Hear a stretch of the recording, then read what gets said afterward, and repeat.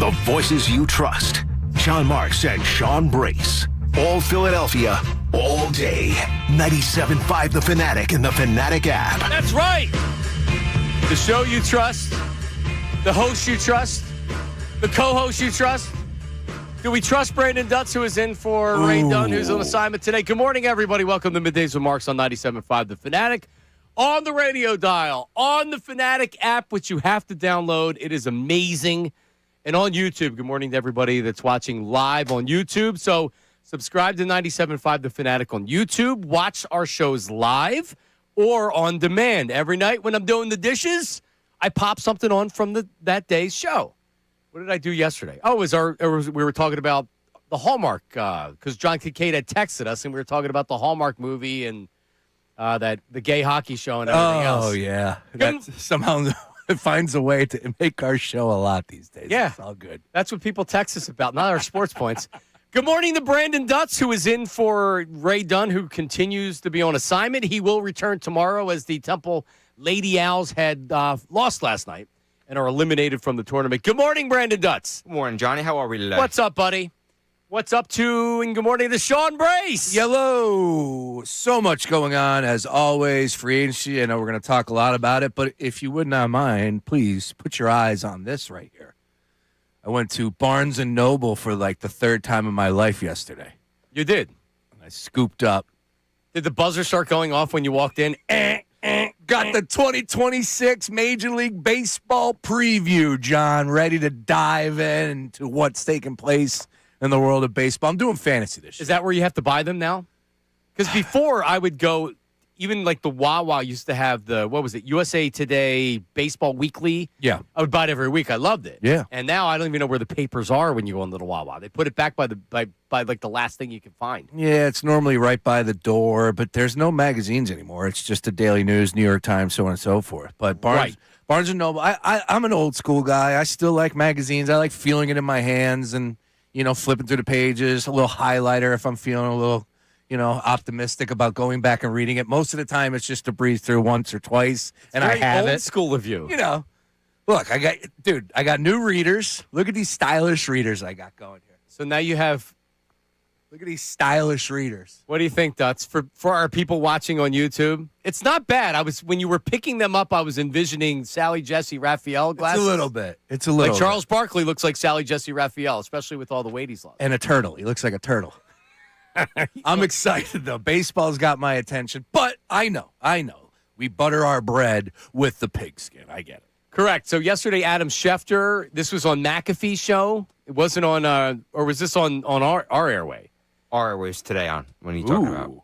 This morning. So he said it this morning. Okay. Yes. So I know he had said it yesterday. So here's Adam Schefter talking about A.J. Brown and the situation. Here it is. That's possible, but I think, the trade talks still go on. Teams still are checking in. Their price hasn't been met. So, we've gone back and forth on this throughout the offseason. I still think somewhere along the way, now I've shifted the other way again. Like I was 55% sure trading him. Then I went to 45%. And I think I'm back to the other side. And by the way, it just goes to show you that these things change week to week. So it doesn't really mean much. But I just think there's just too many conversations and too many feelings on A.J. Brown's side over the course of the offseason at some point, whether that's by the end of the month, before or during the draft, before or during training camp. At some point in time, just think somebody's going to step up and meet the price, and they'll be willing to move on. That's just a gut feeling, but it may not be right.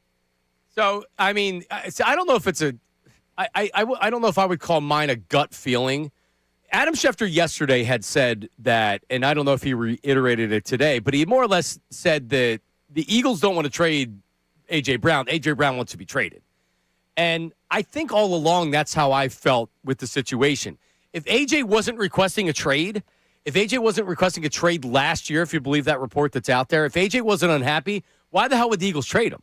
They have to take a big dead cap hit. He's still an elite wide receiver. You're a better team with A.J. Brown than without A.J. Brown. And you do have Devontae Smith. I guess what I've been saying all along is the player wants to be traded. And if the player wants to be traded, then you have to weigh it. We're telling you no. How is he going to react to us telling him no? Or, okay, we'll see what we can do. So it feels like the Eagles at this point are, we know that we know that he wants to be traded. We know we probably have to trade him, but we're also not giving up. We're not taking a third-round draft pick for A.J. Brown. And the Patriots wisely are saying, we're not giving you a first-round pick and a second-round pick for A.J. Brown. We're not going to bid against ourselves. We don't have to do that. So Howie pulls back and says, okay, I'm going to have to play the long game a little bit here. This isn't going to happen quick. I don't expect to happen this week. But at some point, there's going to be another team that's drawn into this. Maybe it's the draft. Maybe it's before the draft. But at some point, there's going to be another team that says, you know what? Maybe the price comes down a little bit, Sean.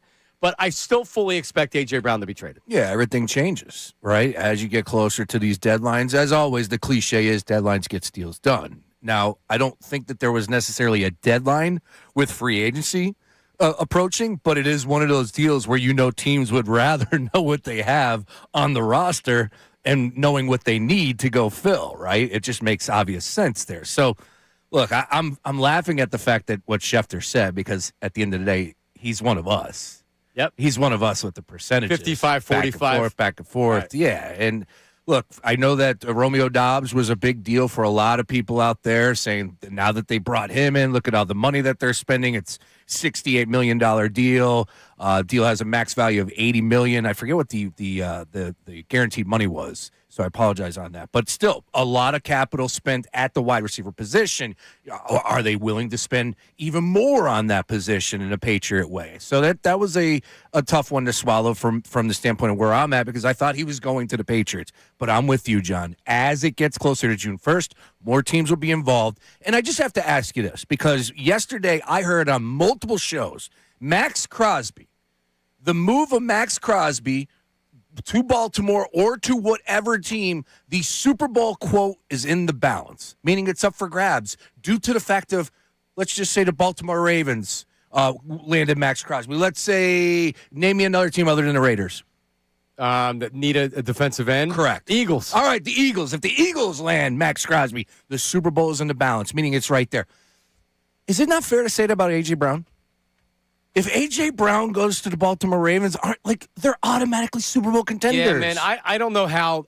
Honestly, I don't know how the Bills weren't interested in him. I don't know how the Ravens weren't interested in him. Especially, it's like the Bills may have inquired and said, we're not giving up a first and a second, and then they pivoted right away.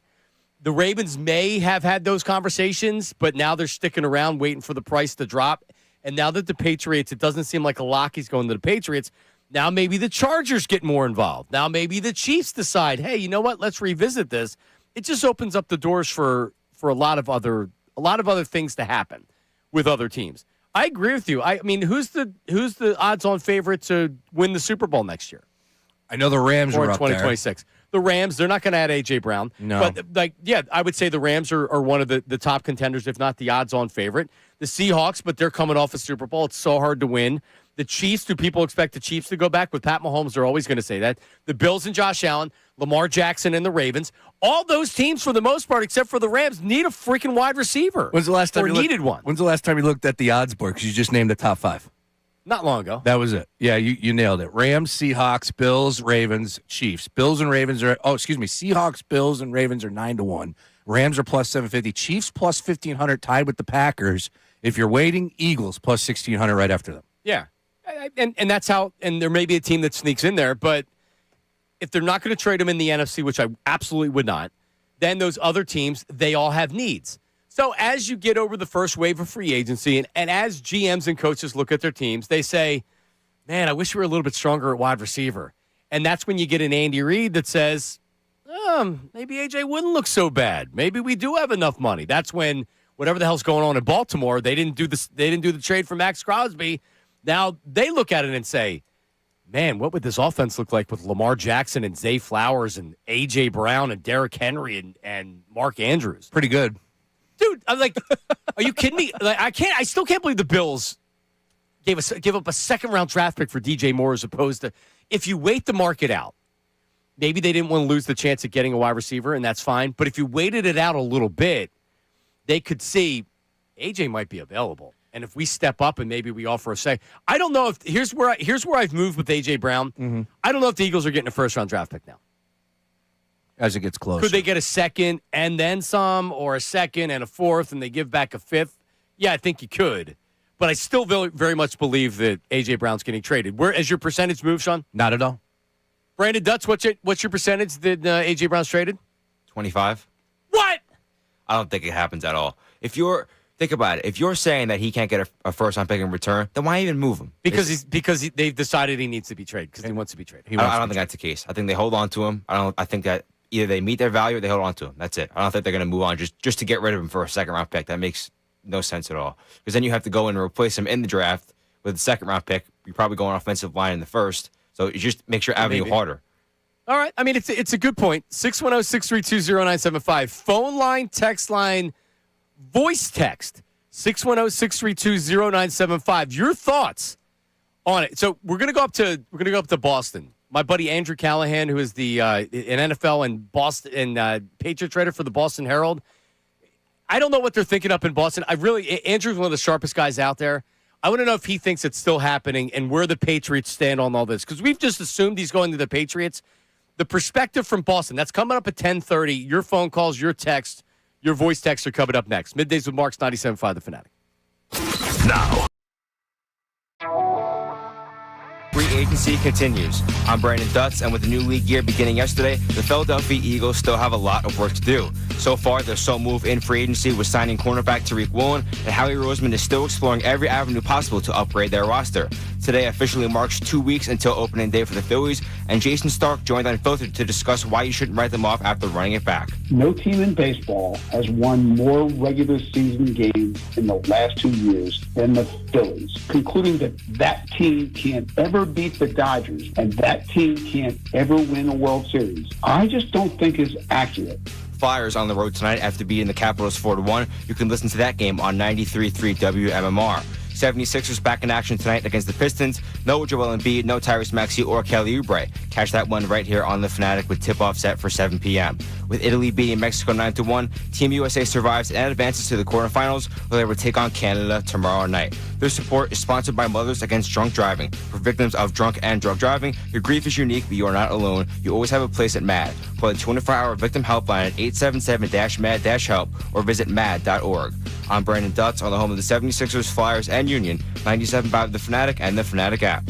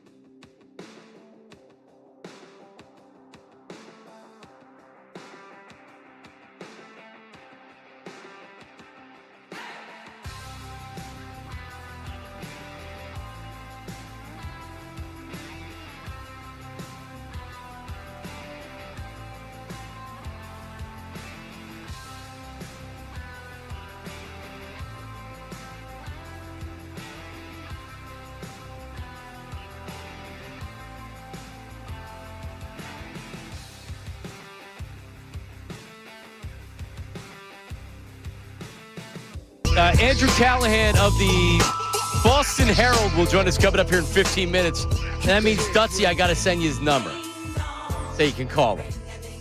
But he's going to give us the latest. Does he think it's actually going to happen with the Patriots? I still believe it's going to happen. I still believe the trade's going to happen. And for everybody out there, so I feel like this is the last time I have to say it because I look at comments on social media, but there's a lot of them that say this, and there's a lot of them that still call into our show and say it. But they give AJ's never said he wants to be traded. Never said it. The only thing he said is that he loves Philadelphia.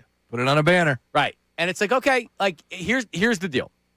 Every insider, local, national, reporter, insider, etc., has said that A.J. Brown wants to be traded. And people are so tired of saying it and the reasoning behind it, right?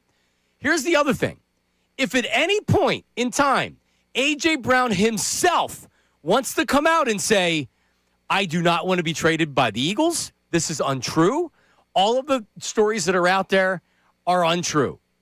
As you may know, Sean, AJ knows how to use social media. Yep. He's logged into Twitter and streaming and Instagram and whatever. He's definitely an IG guy. He's been known to voice his opinions and displeasure. So he could very easily come out and say, this isn't true. I don't actually want to be traded. So can we stop with that nonsense?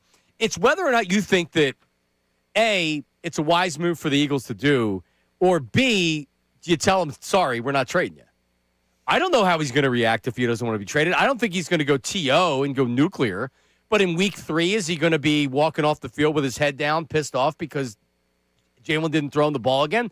That's what – if you think that wouldn't happen next year, then I don't think you're really paying attention to what's going on. Yeah, I think there's a good chance of that happening again, and it did take place this past season. I was yelling about it yesterday, and it's something that bothered me the most throughout the course of the season, especially the early part of last year. We are defending Super Bowl champions. Act like it. And the vibes were down. And he was a big reason of why that was taking place. And everybody agreed with it at the time. I get it. We see the box score. We know what he brings to the table, the targets. I don't want to lose A.J. Brown either. But if things are taking place behind the scenes, like we're being reported, he's requesting a trade, then yeah, that's probably not going to be the best thing to keep him around this upcoming season. Oh, by the way, Instagram, A.J. Brown, 1 million followers, John. What's his last Instagram post? I mean, well, the one where he was, what was it, Rondell Moore, the wide receiver that passed away. Oh, gotcha. And he did. Yeah, man. Like, he's a real deal with stuff off the field. There's no doubt about that. You know, he's got the C on his chest. That was February 23rd. However, he's a big Instagram stories guy. Remember I told you he was shouting out everybody that was signing new deals?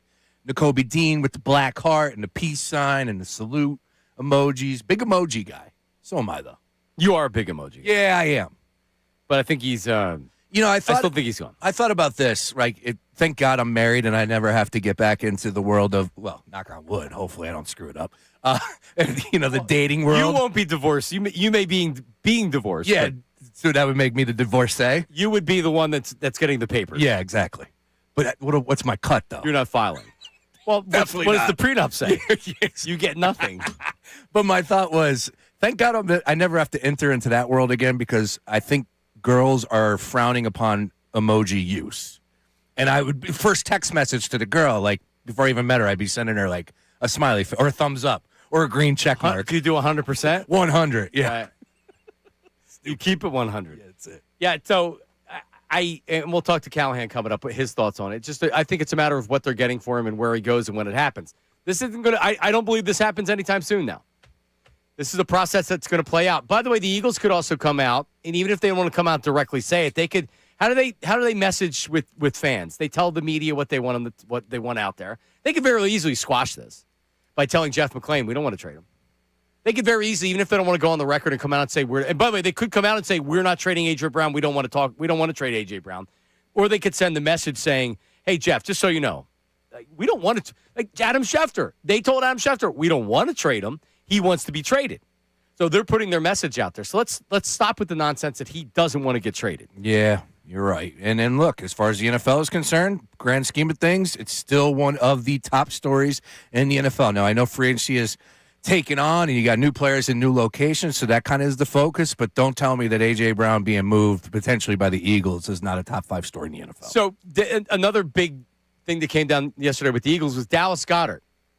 Yesterday, I had done an about face, and I'd said, you know what, I think Goedert's coming back now. You did. And so the Eagles, they had this void in their contract where when at the start of the league year, I don't want to get too much in the weeds here, but it voids the contract. And what that does is it gave the Eagles a big dead cap hit of like $20 million. Eagles obviously would rather avoid that, but to do that, they would need a new contract with Dallas Goedert. So they agreed to push back that void, I believe, for 2 days. Yeah. So what does that tell you? Typically, that means that the team and the player were working on something.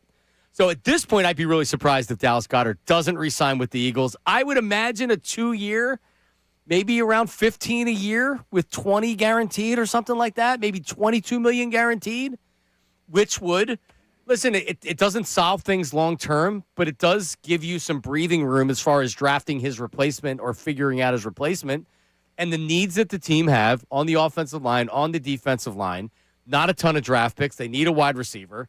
That you don't have to now draft because you're desperate to get a tight end. If there's a guy there that you really like, you take him. If they're not, then you don't take him. But it looks like that there's a lot of momentum that Dallas Goedert's going to be back, Sean. Yeah, look, the market is somewhat shaped, right, with that position. You look at Likely, he ended up getting $13 million per. He signed a 3-year deal, $40 million. I'm not seeing a total guaranteed number here, but again, he was the number one. You got Njoku still available, so he's probably looking for more money than Likely, and that's why he hasn't signed yet. Don't know if he'll land that. The dude from Tennessee is now with the Commanders. That was a pretty good get there. Chig, you got Cade Otton's getting $10 million. So my big point is this: Dallas Goedert and his agent now knows what the numbers are, and it's like, okay, look, if you want to stay play off that, that's it. You want to stay with the Philadelphia Eagles? Here's the number. Let's go. He knows the other offers. Would you rather go to Team X, Team Y? Maybe they don't have a chance to win a Super Bowl like the Eagles do. At this point in his career, unless it's not going to be the big money grab. He's not looking at a contract where it's like, all right, I can't turn this down. I know the team's not very good, but $40 million guaranteed. This is it. This is my last big contract. He's past that. Yeah. Now he's looking at shorter-term deals for as long as he wants to stay in the league. And if he can get $12 million this year and he can get a guarantee in the year 2. I don't know what it's going to be, but at least that's the feel for me. It's got to be Dallas because I don't believe it's going to be Njoku. And if they have to go anywhere else, then I think we might be looking at that position a little differently. And is Njoku waiting for Goedert? You know what I mean? Like if Goedert signs with the Eagles, then he signs somewhere else because the Eagles are also maybe negotiating with him. Is it a negotiating ploy also to get his number down a little? Yeah, that's a good call. It could potentially be the case. Again, Likely really getting that number from day one by the Giants it wasn't surprising because we know what he's able to do and what he was able to do with the Baltimore Ravens with Mark Andrews. So that spoke volumes to a lot of people. I would just say that when we were giving out grades in free agency, we're giving out the words and how we're feeling so far with the Eagles. Just the tight end position. You get Johnny Munt, you got Grant Calcaterra back. If Dallas Goedert returns, I look at that tight end position as an upgrade. I do. Well, I mean, Johnny Munt. There's not a better third tight end name ever. Exactly. All right. Hey, where's Johnny Munt? He was referred to by somebody, a head coach. I believe it was O'Connell. Somebody said it on my timeline. Yeah, one of those talking heads had it, and he said that he was the best third-string tight end in the league. So here we are. Johnny Munt, welcome to Philadelphia. Because if Baldy likes him, then I know all I need to know. You know what? Baldy already has a Johnny Munt jersey on the wall, okay? Seems like he's a lunch pail type of guy in hard hat. Right? All right, so there's that. They honored Dick Vermeil last night. There was a gathering where they honored Dick Vermeil last night, the longtime Eagles coach. And, man, I mean, it's been over 40 years since he coached here, but he still remains a legend in this town. You know what the best is? Dick Vermeil's 89 years old, and he still looks better to me. Yep. Probably if you guys did a run. Oh, he'd burn me. Well, distance, not a dash, he would still win. I would hope I'd be able to get him into 40. I don't know, though. I wouldn't bet on that. He's in great shape. It's all that wine that he drinks. He had his vineyard that he had. With all love and respect, he was born in 1936. The things that Dick Vermeil has seen. Good grief. Is that the secret wine? Vino? I think it is. All right. Pour me up. All right, so Vic Fangio kind of let the cat out of the bag. That Jahad Campbell, he said, will miss most of the offseason. Dutz, do we have the sound of that? You can look. So anyway, he had said that he told John Clark that he will miss most of the offseason dealing with a shoulder injury. If you want to pivot back when he was drafted, he slid to the bottom of the first round because of a shoulder injury. It was a concern. There were a lot of scouts out there that were concerned about the shoulder injury and durability issues and things like that. Oh, what do you know? After his rookie year, he's going to be sidelined most of the offseason because of a shoulder injury, at least according to Vic Fangio. Here he is with John Clark. He is dealing with the shoulder injury. He's going to miss probably most of the offseason. So we're going to have to cram it into him in training camp, and hopefully we have enough work to get that done for him. So now when you saw the Patrick Queen talk that was out there, now it starts to make sense. And it worries me because they're talking about most of the offseason. Because if he was just good, he was going to be fine by training camp, then it's like, okay, he's fine by training camp. Are we so sure? I mean, they're talking about getting a veteran that's a starter, Patrick Queen, as potential insurance. I don't think he comes in here to be a backup, not at the price, not the money he's going to make. So this is concerning. Oh, absolutely. It's concerning. No doubt about it. There's been a lot of conversation about him in the last 48 hours, rightfully so. What's taking place? Are they going to have to get creative on the defensive side of the ball, filling in that defensive end position? And he was the top dog that you were looking at. Played in all 18 games last year. Dude is a warrior, but at the end of the day, man, that shoulder injury is going to keep you out. And that's not a good thing. It's something that you deal with in Alabama, as you pointed out. Reason why he dropped 31st overall. It was a great pick by the Eagles, but it's definitely something that was in the back of the minds of everybody in the NFL. Yeah. N'Kobe leaves. Campbell. And they knew about it, and we knew nothing about it. Week 18, he was limited, or he didn't practice. That the injury designation was it was something else, and it was a shoulder. Obviously has to be connected. We don't know what it is because the Eagles have said nothing about it. Fangio kind of let the cat out of the bag with saying that. Otherwise, maybe we don't know until he's not participating. Because even in the offseason stuff, you're not out there tackling, so they probably could have just we wouldn't have really known what was going on unless they wanted to tell us. But you know Vic. Vic's at the age, he didn't give a damn. No, yeah, Vic don't care. And he let it slip. Yeah, he did. There was a lot happening at that party last night. Where was our invitation? Let's go. I did not get an invitation, but I wouldn't have went. That's probably why I didn't get the invitation. I don't get out of the house very much. However, yes. Brandon Graham announces that and listen, I didn't need to break this news myself. Okay. Because I didn't know. I just knew that he was going to be coming back. Well, and I love BG, and he's had his moments. I don't like. Is it a good? Thank you, 97.5. Am I allowed to ask? Is it a good thing? No, I'm not allowed to ask that. No, you're not allowed to ask it. It is a good thing. That's blasphemy. All right. I like last year. Okay, he joins. That's fine. He was good. There was he was good. Okay, but in limited snaps. Well, that's what he is this year. But they can't not sign a defensive end or trade for a defensive end. But can I get somebody that can play a little bit more than limited snaps coming into the season? He's a backup. But don't they need to sign a backup? Yes. But okay. But my question is this. If Jahad Campbell goes down with a shoulder injury, knock on wood that doesn't happen, is Brandon Graham going to be able to fulfill that role? Well, I mean, Campbell's a linebacker, but I get what you're saying. All right, Jalen Hunt has a high ankle sprain. Yes. Can he start? There you go. All right. Thank you. He can't start, and he shouldn't start. But somebody that can. Well, they need to get that guy for sure. Yeah. All right. Well, Sean, everybody out there knows we just want A.J. Brown to be happy. That's it. All right. And where does he want to go? Where does he want to be traded? At this point, I'm not so sure it's going to be the Patriots. Could it be? Absolutely. Do I think the team wants him? Yes. But this went from being what a lot of people believe this was going to happen soon to where I don't think this is now going to happen soon. To discuss, he covers the NFL and the Patriots for the Boston Herald. He is one of the best NFL writers in the business, and he joins us right now. He also is a contributor on our sister station up in Boston, 98.5 The Sports Hub. Nice. His name is Andrew Callahan. What's up, Andrew? How we doing, man? That's the best intro I've had in a long time. I should be on more with you guys. Well, tell your morning show that I was so nice to you because I've been trying to feed them information on A.J. Brown because they were being very negative on A.J. Brown, saying that he's a pain in the ass and that's the reason he's in Philadelphia. So I want to ask you, from your perspective, covering the Patriots, covering the NFL, do you think it's still more likely than not that A.J. Brown gets traded to the Patriots? That's my sense. It's not, 90-10, 80-20. Like, this is very much somewhere in the 50s in terms of I think it will happen, and most of it is just due to the longer window.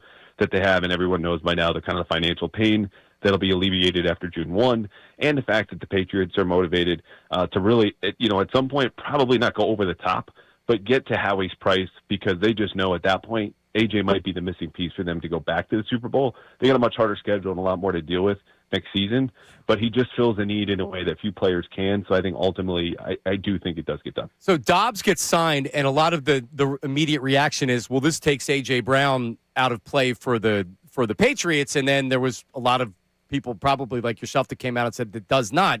But one thing it does is it does give the Patriots a little bit of leverage, because now they at least have a body that as a starting type wide receiver, to where if they can't work something out with the Patriots, then maybe they can pivot to somebody else that would be a starter. Did you view the Dobbs signing that way?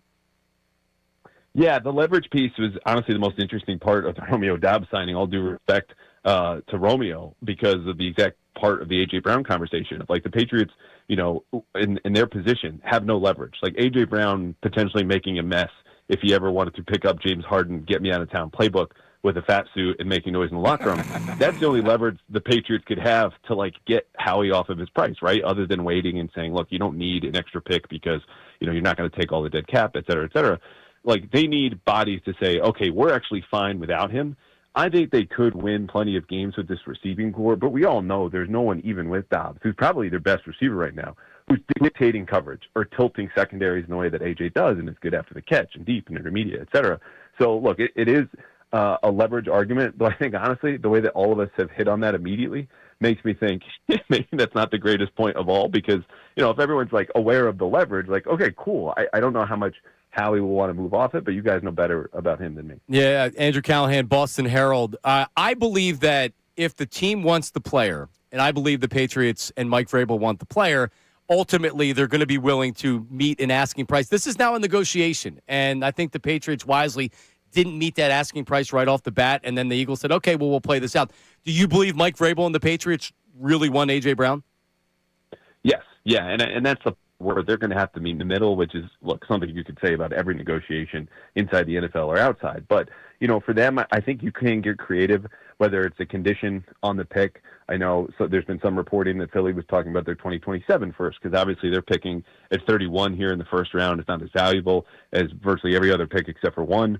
So what can they do to kind of meet in the middle? And I think, let's say AJ does have another 1,000-yard season, as he's done every single year, except for one injury-shortened campaign in 21 with Tennessee. That's something where if he's AJ, you're willing to give up the first-round pick. But maybe you do a second that's conditional and a fourth. There's something in that range where, depending on what happens, everybody should be happy in the end. Andrew, I saw a graphic that was put out by, pick an outlet, PFF, whatever it was, and it said the New England Patriots weapons for the upcoming season. And the only thing that was different was Romeo Dobbs. That was it. That was the addition. Like, come on, man. You're throwing Stevenson at me. It had Matt Collins on there, Hunter Henry. I get it. You guys made a run. Patriots made a run, made the Super Bowl. But I'm asking about the fan base. Would they be okay if this is the team that is constructed and ready to go week one for the Patriots in a hopefully repeat performance in the AFC? Yeah, I got to tell you guys, for a fan base that has almost forgotten what a number one receiver looked like until Stephon Diggs played a couple really nice primetime games, they'll take almost anything they can get up here. Now, granted, I say all the time that, Boston is kind of a smaller, more disorganized Philly in terms of our streets, our fan bases, the attitudes, everything. But, the weapons conversation has been going on for so long here that if they rolled out with this group, it would just be kind of another year of them doing that, whether Jacoby Myers was here and they went through with him, or any number of receivers that you go, okay, he's a 2 or a 3. For them, ultimately, the belief is in Drake May. And for a guy who was the MVP runner-up and got to the Super Bowl, obviously, last year, there will be some conversation of belief he can elevate the receivers around him, right? Because that's the highest compliment you can pay to any quarterback anywhere. I think that will offset some of the concerns for weapons. But if they do struggle, let's say they're 3-3 or 4-3 or 3-4, the noise will get louder, and I think the pressure to be on the Patriots to say, look, you need to add at the deadline, and wide receiver is the place you need to add. Yeah, and Andrew, it's dangerous, because I know after a team goes to the Super Bowl, you think that, we'll be back there next year. It's easy to do, but the schedule, the historically bad schedule they were playing, and also, if you want an example of the danger of that, look at the Washington Commanders 2 years ago. They made the NFC Championship game. Their young quarterback was unbelievable. What you learn is the following year, injuries, the league adjusts to you. not bringing in an A.J. Brown and going with what you have, it's really risky. And I would just caution any Patriot fan out there that says we don't need to give up a high draft pick for A.J. Brown. The Patriots really do need A.J. Brown because it's not easy to get back where you were the previous year. Yeah, and I think the team also understands that. Like a lot of the conversation that I have with people within the team, or you even hear in the press conferences from Elliott Wolf and Mike Vrabel at the Combine, is like they use the word building.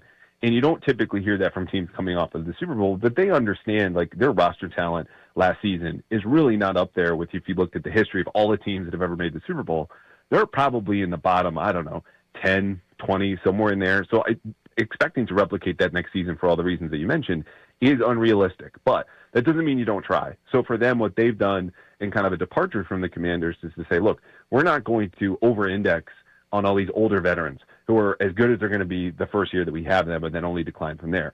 Dobbs is about to turn 26. Elijah Vera Tucker is 26. Reggie Gilliam in his late 20s, but his presence will really help the run game.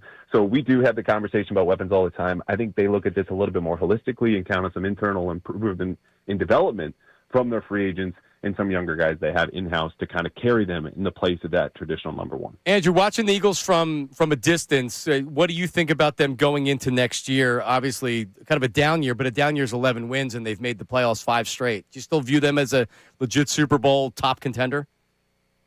Yeah, of course. I mean, I think, you guys have had this conversation, I'm sure, a million times. It's really going to be more about the offensive construction and their capabilities because, the few times that I see them is Jalen is a guy who throws a lot of deep balls and a lot of RPOs, and that's kind of the whole diet of the passing offense. So what does Sean Mannion do to kind of, pull some more low-hanging fruit if that's what you need to go to offensively, whether it's more motion, and we always use terms like creativity, right, for these offensive guys. But you need to get, some more levers to pull so defenses aren't sitting or blitzing him constantly because the talent's there. Like the coaching there defensively obviously is not a question, but what can they do to squeeze a little bit more offensively, whether it's out of Jalen or the pieces around him, because we all look at the talent and go like, this is silly. This is stupid because it should be in the NFC Championship game seemingly every year, understanding, yes, it's the NFL on any given Sunday. But look, when you're that talented and they're kind of all in next year and the year after, they should absolutely be, a top whatever threat in the NFC and in the NFL. All right, Andrew Callahan, Boston Herald, we appreciate it. To just reiterate once again, you still believe it's more likely than not, because, Sean, where are you with A.J. Brown getting 90% he's heading to the Patriots. It'll be June 2nd. Okay. Lock it in, Andrew. All right. Hopefully you don't have any vacation plans for the Cape at that point in time. All right. Man, fellas, I'm doing like a soft paternity leave coming up. I might have to tell my wife that I'm going to steal a day. June 2nd, we got 90% from Sean. That's a heavy, big number. They don't get much bigger than that. Where's your percentage? I'm at like 56. How about that? 56. All right. Appreciate it, Andrew. I'll talk to you, buddy. Thanks, Andrew. You got it. Be well. Oh, there he is, Andrew Callahan. There you go, 56. Yeah, look, and his timeline is littered with A.J. Brown discussion. So you see that. It's a big talking point up there, and rightfully so. Again, I asked you in the beginning, if you're telling me that there's one player like Maxx Crosby, the Super Bowl isn't the balance, I can throw it for A.J. Brown as well. And the latest on Maxx Crosby, is he available? He says he's a Raider again. They're going to trade him. Would you be interested? That's next. Middays with Marks, 97.5 The Fanatic. All right, what do I got here?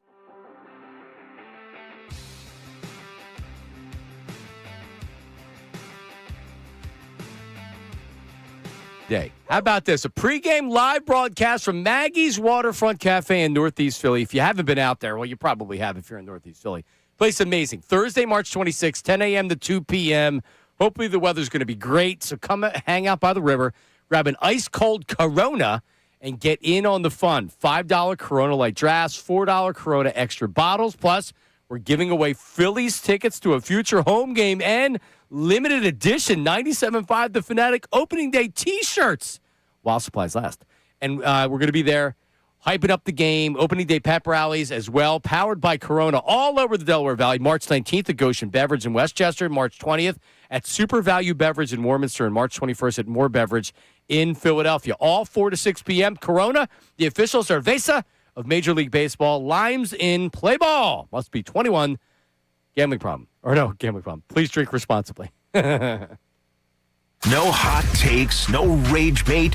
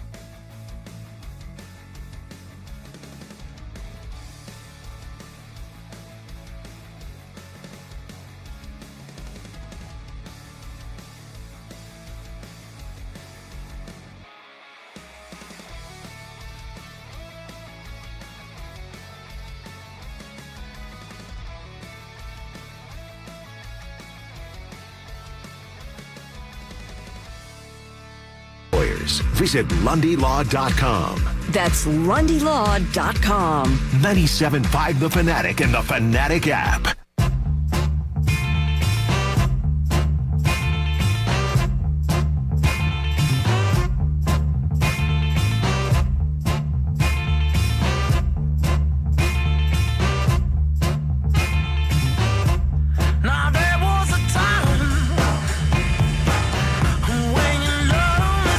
Back middays with Marks, Sean Brace, Brendan Dutz, Yellow.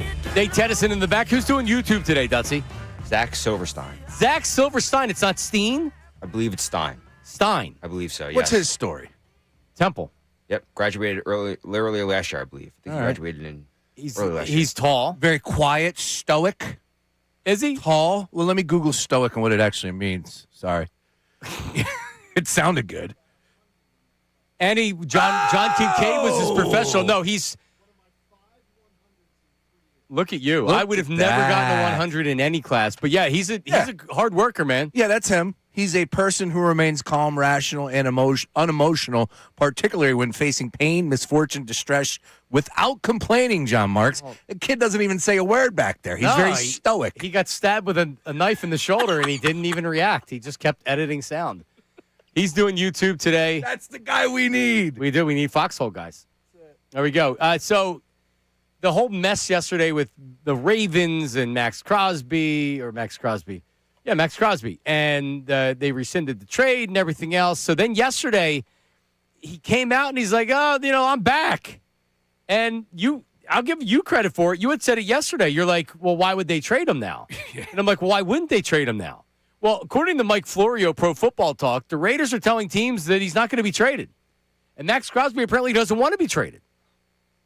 I don't really understand it. He wanted to be traded. It seemed like it was best for both parties. They got 2 first-round draft picks out of it.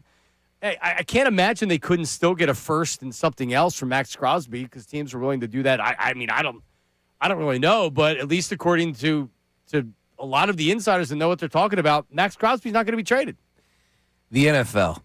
John Kincade just walked in. He loves a good soap opera. Right? He sure does. Like the NFL is the ultimate reality show. It's a soap opera. It's ridiculous. The emotions. Oh, we don't want you. Oh, we're traded. We're sending. We're doing podcasts on the way out, saying goodbye. He did a 13-minute podcast saying goodbye to the Raiders. Yes. And now he's already back. And now he wants to play for them. And now he doesn't want to leave. Now, that's my only. So yesterday I did say that. You're right. I was just playing a little devil's advocate because I'm thinking to myself, if I'm the Raiders, like, hey, man, if you're ready to play, I know how good you are, so stick around, and we got some things that are moving. Could be worse things than having Maxx Crosby. They could have a good defense next year. Regardless of what that translates as far as victory, still it will be a different feel for them next year. However, now I'm on the other side going, wait a minute, if you're going to trade him, don't you say that he's going to stay here and we're not trading him? Like, no, we're not interested. Like, doesn't that how? Well, I mean, you would think, but him coming out, unless he did this independently of the Raiders telling him he's not going to be traded, he tweeted last night, everything happens for a reason. Believe nothing you hear. Oh, yeah. And half of what you see. I'm a Raider. I'm back. Run that bleep. And then he puts the bird. And then the GIF. Did you see the GIF that he put with it? No. It's the Undertaker coming out of a burning casket. Easily one of my top GIFs, whatever I use, is the Undertaker popping up out of the casket. Yeah, not the one that he used. But I'm the other one. Yeah, I'm notorious user for that. I love that. That's the best gift that you could use out there. But so he's not getting traded. And you know what? I believe it. I don't really understand it. Then why did he get traded in the first place? I think, didn't he want to get – he was pissed that they sat him the last 2 weeks of the year. And but he had knee surgery. And he had I think he's had 6 head coaches. Is that right? If he's a Raider, he's probably had 6 head coaches. Yeah, I swear, I think I read that number. No, but think about it. The Raiders sat him, and a lot of people were saying they sat him because they were tanking, which was believable based on them tanking and trying to get the first overall pick. But he had knee surgery. He had a torn meniscus. So it's not like they made up some injury, but he was pissed that they sat him, and maybe they did sit him. Like, would they have sat him if they were in the playoffs? Maybe not, but they weren't in the playoffs. They were trying to get the number 1 pick. He was pissed. They traded him. But all that's happened is that they traded him and he failed a physical and the Ravens got shiesty and they said, no, we don't want him anymore. this would have been the sixth. Clint Kubiak would have been the sixth head coach of Maxx Crosby entering his seventh season would have had. Well, he's going to have his sixth coach. That's almost impossible. It's incredible. Yeah, I would want out of there as well. And I don't care. Maybe Clint Kubiak has a calming nature, as people are saying. Wives of hosts around these hallways are saying about me. I don't know if you heard that. John Kincaid's wife said apparently I have a calming voice. You do. I agree. And Bill, you're the only one that agrees with that. So look, yeah, maybe Clint Kubiak has a calming voice. I don't know. But you make the married ladies of the Fanatic spouses go wild, Sean Bryce. This is not me. What is this? This is not me. I've certainly never heard that anybody was attracted to me after I. People in the YouTube chat said that Bridget Brace has a nice ring to it, so we'll see what happens. Ooh, Bridget Brace. Who the hell is that? Come on, have some respect, people. Bridget Colarulo. That's not right. Come on. I'm a new guy here. I'm trying to earn my stripes. Stealing anybody's wife? No, none of that. If it helps you, Bill was laughing at it, so if that makes you feel any better. He appreciated But also, Sean is happily married, celebrated his anniversary yesterday with Kelly O. Yeah. By the way, just so you know, I broke the news that Sean had a girlfriend on the air. Not that I let the cat out of the bag. We were dating her, and the way you were talking about her, I said, ladies and gentlemen, we have breaking news. Sean Bryce has a girlfriend. Yeah. And he said, I do. And now they're married 9 years. Yep. I knew I was in trouble. I was actually going to ask, was that a different girlfriend? Because that would be pretty awkward if you're bringing that up right now. No. I was not one to get into a relationship doing the show all the years with John, and then all of a sudden, I knew I was cooked. What does that mean? You weren't one to get in a relationship? That you were a man hoe out there? If the shoe fits, I guess. I enjoyed it, right? You like cowboy boots. It was a, I didn't have a girlfriend for so many years, correct, right? Yeah. And then I met Liz, and the rest is history. I was a bar fly on Main Street in Maniac. Now I'm just a bar fly in Conshohocken. Coming up, the World Baseball Classic. Just like we thought, Aaron Nola saved the United States of America. Misread the calculations. And Ray Dunn can't even talk about it today. That's coming up next. Middays with Marks, 97.5. Now on 97.5 The Fanatic Sports Update. What's happening with A.J. Brown? I'm Brandon Dutz, and even through free agency, the A.J. Brown trade rumors roll on. ESPN's Adam Schefter joined Kincade and Salciunas this morning to share the latest on the star wideout. There's just too many conversations and too many feelings on A.J. Brown's side over the course of the offseason at some point, whether that's by the end of the month, before or during the draft, before or during training camp, at some point in time, just think somebody's going to step up and meet the price, and they'll be willing to move on. Flyers took down the Capitals 4-1 and will go for their second straight win tonight against the Minnesota Wild. You can catch that one on our sister station, 93.3 WMMR. The injury bug continues to plague the 76ers, with Kelly Oubre set to miss 2 weeks due to a left elbow sprain. This news comes days after it was announced that Tyrese Maxey will miss 3 weeks because of a pinky injury. They're back at it on the road tonight against the Pistons, and you can listen to the game right here on The Fanatic. With Aaron Nola and Italy beating Mexico 9-1, the U.S. survives and advances to the quarterfinals, where they will take on Canada tomorrow night. This update is sponsored by the Crohn's and Colitis Foundation. The Crohn's and Colitis Foundation has led inflammatory bowel disease research and care for over 50 years. Learn more at crohnscolitisfoundation.org. I'm Brandon Dutz on the home of the 76ers, Flyers, and Union, 97.5 The Fanatic and The Fanatic app.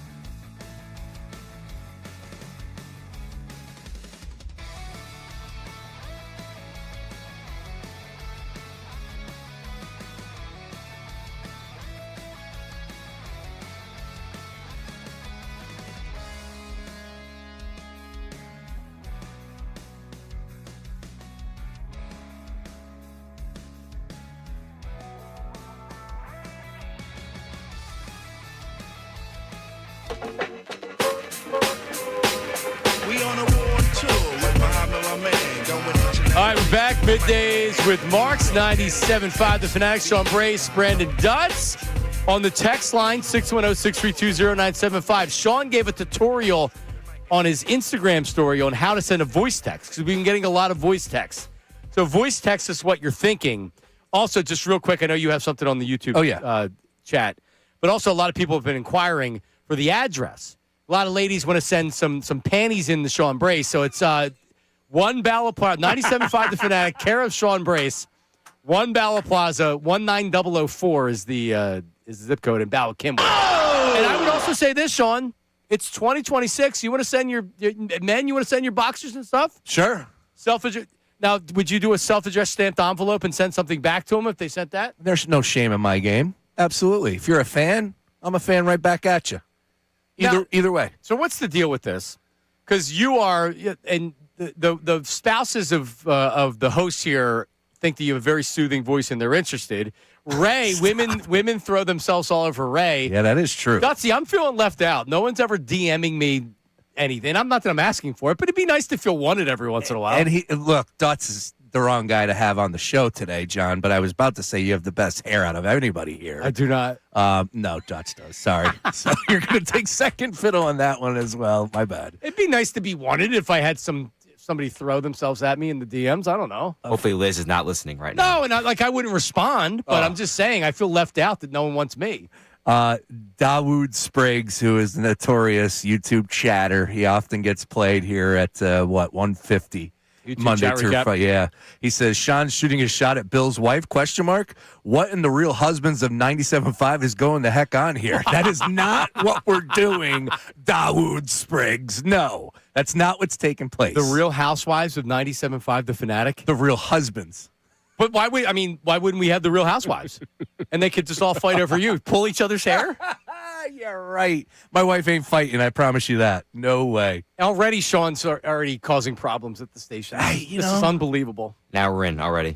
We are. It's all love. All right. Well, the World Baseball Classic happened last night. And just like when they announced that Aaron Nola was going to make the start in the series against the Dodgers, everybody believed that Aaron Nola was going to step up and do great for the Phillies.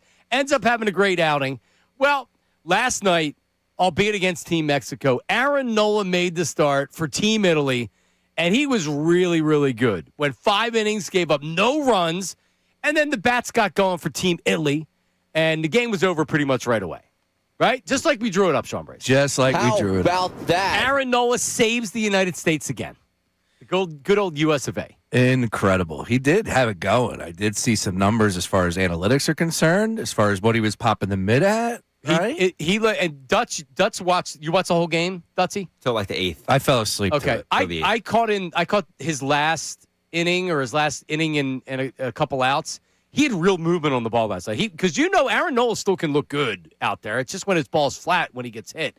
He looked good last night. Looked really good. Good movement, and the velocity was up to, I think, 94.1, which is a really good sign. 5 scoreless last night. I forget what inning it was in, but Brace, I don't know if you remember, or John, if you saw it.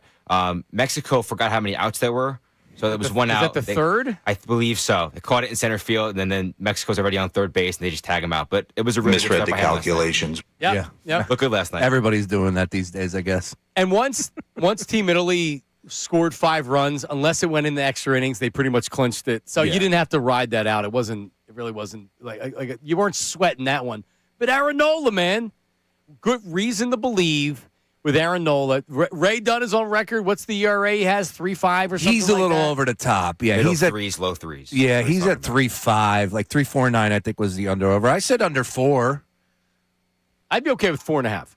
Yeah, I think that's a good way of looking at it. 6 innings, 3 runs. That's 4.5. Return to form of Aaron. Well, look, I think there are some people that have a little higher thought on Aaron Nola than I do. But when I think of Aaron Nola, I just think of an innings eater. I know he's not paid like that, so that's another caveat in it. But for right here, right now, with this team, if Aaron Nola is the key piece as far as that rotation is concerned. If you get back to that Aaron Nola innings eater every 5th day, give me the rock, 32 starts, 6 innings pitch, it's going to translate to more victories. It's going to help your bullpen out, which ultimately will help you out, hopefully, come postseason. What about the Pasquatch from last night? Vinny Pasquantino. Is that his nickname? I thought it was Vinny Cutlets. It was Taking espresso shots in the dugout yesterday with the espresso machine. You see that? Yeah, not one, not two, but three. Three He hit espresso 3 home runs. Good for him. The Pasquatch, he had 3 home runs last night. And, like, I'm not going to sit here and lie and tell you that I was the biggest fan of the Pasquatch, and I knew he had 32 home runs last year. Well, he's on the Royals. That's why you don't realize. Yeah. Because I he's guess. on an irrelevant franchise. I guess so. So here's where I am right now at the World Baseball Classic, especially after the dummy manager didn't realize that they could have been eliminated and the team got drunk and wasn't ready to play the next day. Like, it's kind of lost its luster for me a little bit. Like, all right, it's like, oh, USA. All right, you're playing against Team Italy with a bunch of Americans that are playing against Americans. Like, yeah, you had Americans save the rest of the Americans by winning last night. Yeah. Aaron Nola, the Pasquatch, these aren't guys, like, they should have to play players from their country. It shouldn't be, I think to be on Team Italy, you just need that. Like, I could play for Team Italy because I'm 12.5% Italian. Are you? I am. Oh, how about that? How about that? Hey, I guess there was 3. How about that? I guess there was three. Am I saying it right? Just Italians, right? Not Italian American, just full-blooded Italian. Yeah, they had a couple. So there was 3 of them on the ball club with Italy, and I would just say this much: like, all right, last night got the juices going a little bit for me. I won't lie. And now that the USA has advanced, it's not to say I'm believing because I never thought that they were going to win this. I don't think their pitching's good enough. Yeah, but. Now that we're getting out of the group stage, now we're getting to the knockout round, I'm starting to get the juices going a little bit now, more. does the Pasquatch become a big star in America? Because after all, he is American. He's just playing for Team Italy. Here he is after the game. Here's the Pasquatch after the game. So how many more boxes of those espresso pods are now on order? As many as we need. As many as we need, we'll make it happen. So that was unbelievable, huh? You're welcome, USA. We were thinking of you guys over at your hotel. We were thinking of you guys, so I'm glad you guys could join us in the party. Wow. There's some guys dragging today. Yeah, there's some guys dragging. You think they were partying at the hotel with D-Row and company? I think they were partying last night. Hell yeah. I think the Pasquatch might have been up late. Wow, USA favored to win it. Plus 140. Yeah, that doesn't surprise me. They have a good draw, Sean, because they have Canada and then DR in the second round. So it's an all right draw, but it's better than what Italy has. Yeah, and Skeens is going up against DR. Interesting. Yep. I don't know, man. You watch and you hear what they're saying. You trust your naked eye when you're watching these other teams play. I hear the draw, but man, it's important to a lot of other clubs, a little bit more than USA. And it really doesn't bother me to say that. It's the WBC. It's a March product. I'm not getting hell-bent over this. This isn't bigger than the World Series for me. If a team like DR or Venezuela or Puerto Rico or Japan want to look at this in a little different fashion, good on them. I don't see USA winning this. And I know they're a deep club. They're a good club, deepest in USA history as far as WBC. They've won it before. Jim Leland won it back in, 17? So Smoking cigarettes and all. Well, he was actually a manager at one point in time. DeRosa just talked on television. Holy cow, man. You're not kidding. So the Dominican Republic, big favorites over Korea, minus 835. I'm on the BetParks app right now. The USA on the money line, minus 770 over Canada. Puerto Rico and Italy. Puerto Rico is a slight favorite. Puerto Rico! Oh, Italy plus 105. And then Venezuela and Japan. Japan is the favorite in that one. So then they would play the winner of Korea and Dominican Republic there, Dutsy? The U.S.? Yeah. Yes, that's who they play, the winner of that. Okay. In the semifinals. I think there's money to be made on Japan. You do? Plus 425. Okay. Yeah. Yeah, it's good value. Yeah. If you're not going to bet, so you're rooting for Japan. You believe this guy? Japan are contenders. Actually, say that, and then they'll lose the next round. Okay, so ready? I'm being honest. Part of me was rooting for Team Italy to get blown up last night, or not get blown up, but Mexico to win 4-3, just because the DeRosa is such a fool. Yeah, and just to blow up even more in his face. Because now they can win the tournament, and we'll remember that, but they still win the tournament. So ultimately, what did it matter? I won't lie. It was going through my mind yesterday. You know what? It would have been a good silver lining because we could have had fun with it. You know how pissed we would have been? Yeah, we'd actually cared. People would talk about it. No one's talking about the WBC today at all. But we would have talked about it a hell of a lot more. I heard people yesterday calling for him to be fired mid-tournament. They should have. That's a fireable offense. Yeah, but you got to fire everybody then because it's not just on him. It's on everybody. all those Andy Pettit. Yeah, the administration, the administration, guys, everybody. Like, it's just crazy. And I was trying to just really think it through yesterday. Okay, he said that with his yum-yums on MLB Network with the high heat, whatever the show is. And maybe nobody watched that show. That's fine. But the attitude and the post-game press conference where he was like, yeah, we tied one on, as he said. There's some guys dragging. People are watching that. Hey, Coach, I just want to follow up with you. We have not advanced. Our ticket is not punched. We need to win. And it's insane that played out the way it did. It really is. Yep. So maybe they still win it, Sean Brace. They're still favored. Yeah, look, then that's the case. But right. DeRosa, as you know, I'm a big fan. He coached him the last time, right? But I highly doubt that he'll be welcome back. They need to get a manager. Yeah, but maybe it'd have to be a retired guy, though. You can't take somebody from a major league roster. You're right. And then say, all right, you're going to leave spring training, which is going on. That's why Jim Leland did it. They're like Bruce Bochy, if he's not, he can do it next time. I think he coached somebody. France? Yeah, no, I think he did. I'm not making it up. Yeah, he did. Bochy or DeRosa, your choice. Oh, that's easy. All right, so let's talk some Phillies here. Jason Stark was on with Ricky Bowe and Bill Colarulo yesterday. So the big story of the offseason is running it back.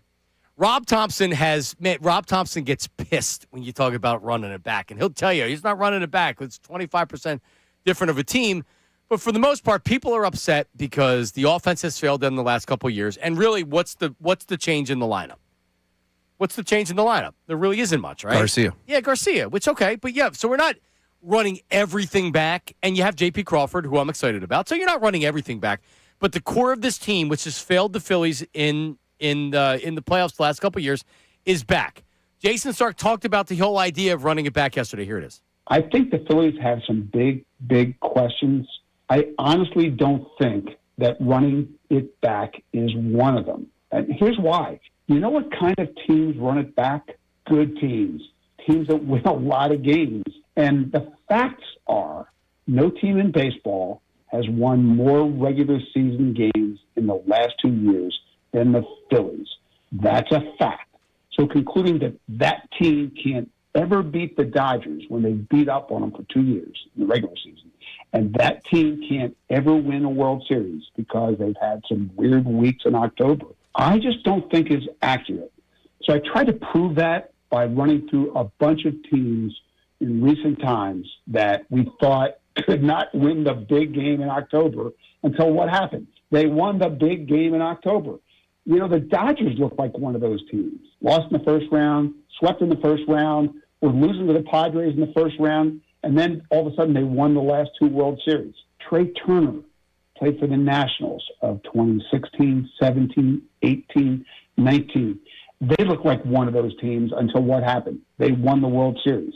Again, I just want to caution people about thinking that because they've seen the movie, they know how the movie is going to end. We have a good club. You're making sense, Jay. Ooh, that's a good statement. Good teams run it back all the time. He's not wrong, but that doesn't mean that you don't try to make moves that put your team over the hump. They improved the bullpen on paper, no doubt about it. So you look at the back end of that bullpen compared to where we were in spring training last year. You have a legitimate closer. You have legitimate setup guys that have real stuff, that have real swing and miss stuff, that induce a lot of ground balls. So they actually executed what they wanted to do in the bullpen. Dombrowski's attitude at the end of the season was, we have a good club. He wasn't as happy about it. We have a good club. We have a good club, and it's a matter of, do you get hot at the right time? Is your matchup, is it good? Does the umpire, he did the whole thing. They apologized to JT because it should have been a strike. Then we get out of that inning. All those things can be correct. I just don't feel like Dave Dombrowski made a real attempt to try to improve the team on the margins in other spots. And it doesn't mean that they don't have a good team, and there was no reason to blow the team up. But did he make enough moves to really make a difference? Because, yeah, you can keep the core together. You're painted yourself into that corner. But, all right, you better hope it works. Yeah, it comes down to the offense. Right? Even I have this magazine in front of me, and they have the Phillies with Athlon Sports, John. They have the Phillies winning in their prediction as far as 2026, winning the division. I'll leave the summary, but I'll just read you the scouting report real quick. It says, opposing scouts sized up the Phillies. Quote, my biggest concern is the same concern I've had for the last 4 years, the up and down offense. Some days they're great, some days they're pathetic. Like, that's where we're all at. So you tell me, will the offense be any different this year? I hope. Sure. Here's why you can say yes. You have a couple of new faces. I don't know if it's being talked about enough. I think Crawford batting ninth is perfect. Love it. Because he's selective at the plate. He's got a great approach. He's not going to strike out a lot. He's going to get on base. Kid looks good. He's fast. He's going to steal bases. And really, because you have a leadoff hitter once a game. And then after that, you have however the lineup ends up going. Yep. And if you have Crawford hitting in front of Turner, Harper, and Schwarber, now you're talking about 4 in a row. Crawford gets on base. Pitcher's worried about him stealing bases. You have real boppers now that have a chance to. I think he's going to score a lot of runs. I look at Garcia and I like all right. Like, yeah. I think he's going to be what he is. Yeah. I know you have the over on 80 home runs. 81 and a half. I took the over. First half, too. Only first half, 81 games. I would say this. Like, where are you at as far as the lineup is concerned? You're still batting Trey 1, Harper 2? Trey, Harper, Schwarber, Bohm. Do you think that's what? Yes. Okay. That's what they do. You have to switch something up in the lineup. You can't go out with what you were like. Bryce Harper, you don't want to take away from Schwarber, but you also have to get Bryce going. Yep. And the lack of protection is a real thing. The fact that he's now swinging at more pitches out of the strike zone than he ever has before, he's pressing. All right, well, let's put a disciplined hitter behind him to where pitchers are going to think twice about throwing balls outside of the strike zone. By the way, Bryce Harper also has to be able to take those pitches. He just can't go up there free swinging. They're not going to throw him strikes unless he doesn't throw. If he's swinging at balls, they're going to continue to throw him balls unless he changes.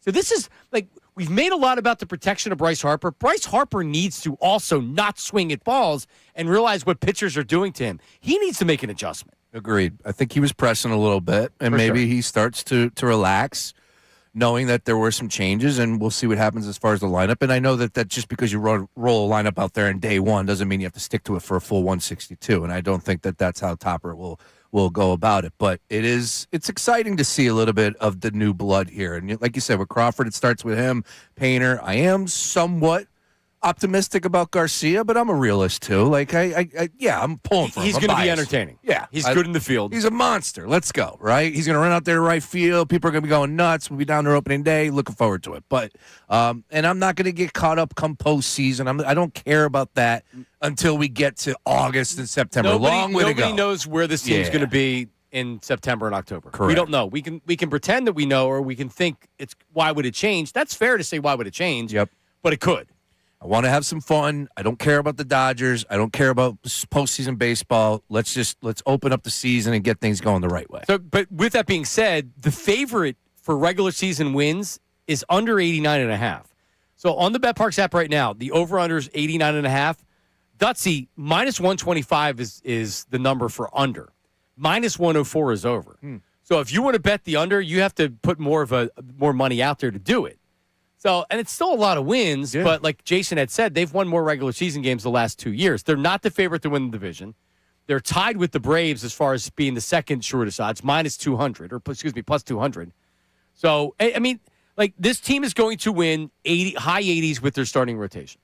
Isn't it crazy, though, their 5-year win trend? They went 82 and 2-2, 87 the following season, or 21, 87 and 22, 90, 95 and 96. So this team has continued to get better every single starting year. Pitching. Their starting pitching. Uncle Jamie was texting me. Do they have the best starting pitcher in the National League? I mean, I don't know baseball enough from top to bottom around Major League Baseball. Wheeler, Sanchez, Luzardo is pretty tough to beat. 1, 2, 3. Dutch, you agree? Yeah, probably the only one that's probably better when healthy is probably the Dodgers with Ohtani, Yamamoto, Snell, Glasnow, all those guys. So that's probably the one you beat. But the Phillies are right there at number 2. And the bullpen.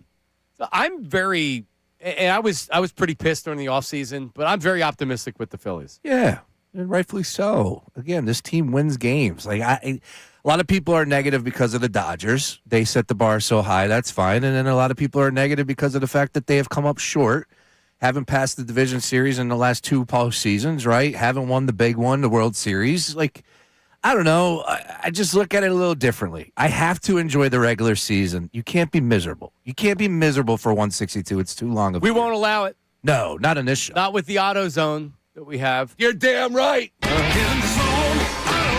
Uncle Jamie also on the text line. If Dave Dombrowski believed the club was good enough, he wouldn't have gone after Bo Bichette. Valid point. Yeah, it's valid, but at the same time, Or when you running it back. you have an opportunity to go and get a guy like that. Sometimes it doesn't really hit you over the head until the opportunity is there. My issue is that you don't find opportunity unless you're out there looking for it, and they almost backdoored their way into Bichette because the market wasn't there for him. Yep. It didn't seem like how he investigates. It didn't seem like Dombrowski was doing a lot of investigating. Right. All right, coming up, we have some voice memos. Get your voice memo in and get your phone call, 610-632-0975, and the text line with the Phillies. Over, under, optimistic. Are you an optimist for the Phillies? Absolutely. Dutch, are you an optimist for the Phillies? Yes. Okay. Ooh, we got a cover for the 2026 Media Guide. I'll tell you what Philly is gracing the cover for the Media Guide. I'm going to give you my guess because I don't know. Who is it? Well, I'll give it to you coming up after this. I like that. Middays with Marks, 97.5 The Fanatic. Now on 97.5 The Fanatic Sports Update. What's happening with A.J. Brown? I'm Brandon Dutz, and even through free agency, the A.J. Brown trade rumors roll on. ESPN's Adam Schefter joined Kincade and Salciunas this morning to share the latest on the star wideout. There's just too many conversations and too many feelings on A.J. Brown's side over the course of the offseason at some point, whether that's by the end of the month, before or during the draft, before or during training camp. At some point in time, just think somebody's going to step up and meet the price, and they'll be willing to move on. The Flyers took down the Capitals 4-1 and will go for their second straight win tonight against the Minnesota Wild. You can catch that one on our sister station, 93.3 WMMR. The injury bug continues to plague the 76ers, with Kelly Oubre set to miss 2 weeks due to a left elbow sprain. This news comes days after it was announced that Tyrese Maxey will miss 3 weeks because of a pinky injury. They're back at it on the road tonight against the Pistons, and you can listen to that game right here on The Fanatic. With Areola and Italy beating Team Mexico 9-1, the U.S. survives and advances to the quarterfinals, where they will take on Canada tomorrow night. This update is sponsored by the Crohn's and Colitis Foundation. The Crohn's and Colitis Foundation has led inflammatory bowel disease research and care for over 50 years. Learn more at crohnscolitisfoundation.org. I'm Brandon Dutz on the home of the 76ers, Flyers, and Union, 97.5 The Fanatic and the Fanatic app.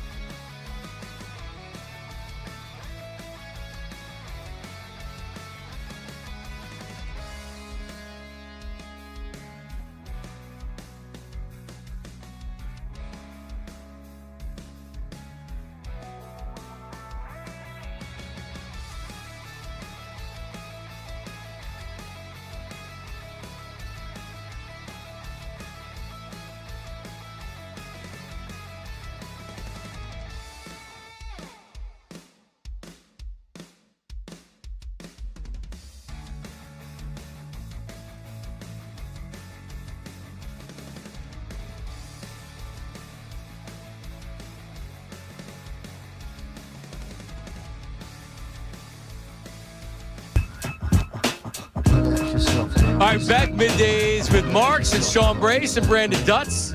We believe Ray is flying right now. So Sean tried calling him to see if he wanted to gloat over Aaron Nola saving the country. Yeah, I don't. That's a way of putting it.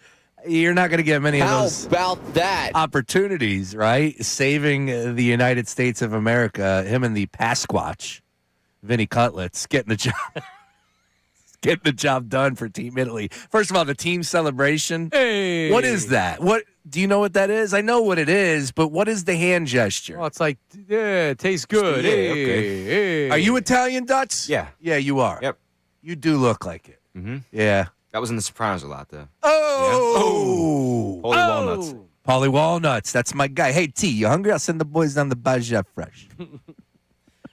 All right. So get your voice memos in and get your phone calls in. The voice memo, Sean described how to do it perfectly, but just when you're sending us a text message, instead of sending a text, you go to that, if you're doing an iPhone, you go to that little plus signal, you hit it, audio pops up, you hit the audio button, and then it starts recording immediately. And just record name, location, occupation. Yesterday on the afternoon show, on Unfiltered, they got their voice memo segment, and they were doing the occupation. Occupation, carrying on. I like it. How about that? You know, if you want to share, we want to hear. I think it adds a little substance and flavor to the For voice sure. memo. So we have some voice memos for the Eagles. We'll do that coming up next segment. If you have something for the Phillies or the Eagles, get it in, 610-632-0975. But you had teased that the media guide is out. The media guide is out. And yes. there's one player on the front? One player is on the front for your Philadelphia Phillies. The 2026 media guide, hot off the presses, fresh off the presses. And you want to take a little stab at the one player that is featured. Well, I want it to be Chris Sanchez because he's my favorite player. So Chris Sanchez is your guess? Yes. That is incorrect. Kyle Schwarber. That is also incorrect. Wow. Dutz, have you seen this? No. So it's not Schwarber, which is interesting. I don't think it's going to be Bryce Harper because he's fighting with the GM. Who else would it be? Wouldn't be... You guessed Wheeler already? Who? Wheeler? But he's hurt to start the year. Still. Yeah. Expected back in the first month. All right, so and a it's half. not going to be Bohm. I doubt it's Turner. Not going to be JP. It's not going to be Crawford, Justin Crawford. Yep. No, not JT. Not either. Marsh. Not Stott. Not Garcia. Duran? That's a good one. Duran? Final Final yes, answer. Final answer? No, incorrect. All right, who is it? He was an award winner last year. An award winner last year. Big time award in the grand scheme of things. Silver Slugger?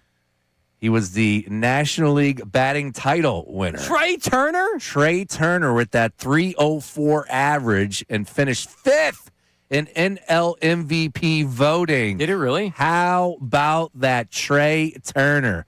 179 hits, 36 stolen bases, 15 bops, and improved his defense. Despite the standing ovation, isn't he a really interesting or strange case? No one really likes him. Really? Do you? Yeah. I mean, I'm okay with him. Why do you say no one really likes him? Do you have a lot of like, oh man, I love Trey. Like I just said, Chris Sanchez is my favorite player on the Phillies. I was just raving about Crawford's potential. I didn't once bring up Trey Turner. Literally, I didn't say like Trey Turner won the batting title last year. No, I maybe we need to make a little bit more of some noise for Trey Turner. We have a good club. I think he's a good player. He is a good player. I think he's better than that, though. He is an MVP caliber player. I hear more negativity over Turner and his fielding than I hear positivity about how good of a player he is. Which I think was fair. But he did improve last year. And not just because I read it. No, he did to the naked eye. I mean, like I said, it's weird because he's a better player than we give him credit for. Definitely. Totally agree there. There's never any, like, oh, well, here's how we win. Trey Turner. It's Bryce Harper needs to be better. Kyle Schwarber does what he's going to do. Because he weighs 180 pounds soaking wet. That's why we don't say it. But when he's hot. He still smashes it. Man, he smashes it. He does from the right side. He's a leadoff hitter. He's good on the bases, gets steals. And put it on the banner, the smoothest swing or smoothest slide in all professional baseball. He sure does. Yeah, that's on his banner. And he does have that smooth, because the lefties normally have the sweet swings. Trey, for being a righty, has a pretty sweet swing. Man. Yeah, he's on the cover. So, Dutsy, are you a big Trey Turner fan? I do. I like his game a lot. Good speed, agility. I also love his swing. His swing is satisfying to me. Him and Schwarber. Schwarber's got like that flick of the wrist that just goes. He sure does. Like that home run against what? Great Britain? That thing just flew out of here. My favorite was against the Padres. Second deck, that thing was gone. Gone. Do you give that contract the thumbs up? No. You don't. I mean, I don't know. Is it 3 years in the mix so far? Yeah, I mean, he's been fine, but that was. He's got to be a little bit more than fine to live up to that you contract. said he was top 5 MVP? Yeah, kind of quiet last year. Now 304. A lot of people are down on the average with winning it. I don't think you should be down on a plus 300 average. Here's the reality: what's he done in the postseason? That's what it comes down to. And that's what it's come down to. Bryce now, a lot of people are like, so this is a good text line, 610-632-0975. Check the text messages on this one. Because, like, is it disrespectful? I don't think it's disrespectful to Trey. It's just odd. Because he doesn't rub people the wrong way. He's a good dude. You know, he's not like, he doesn't have any qualities to where you don't like it.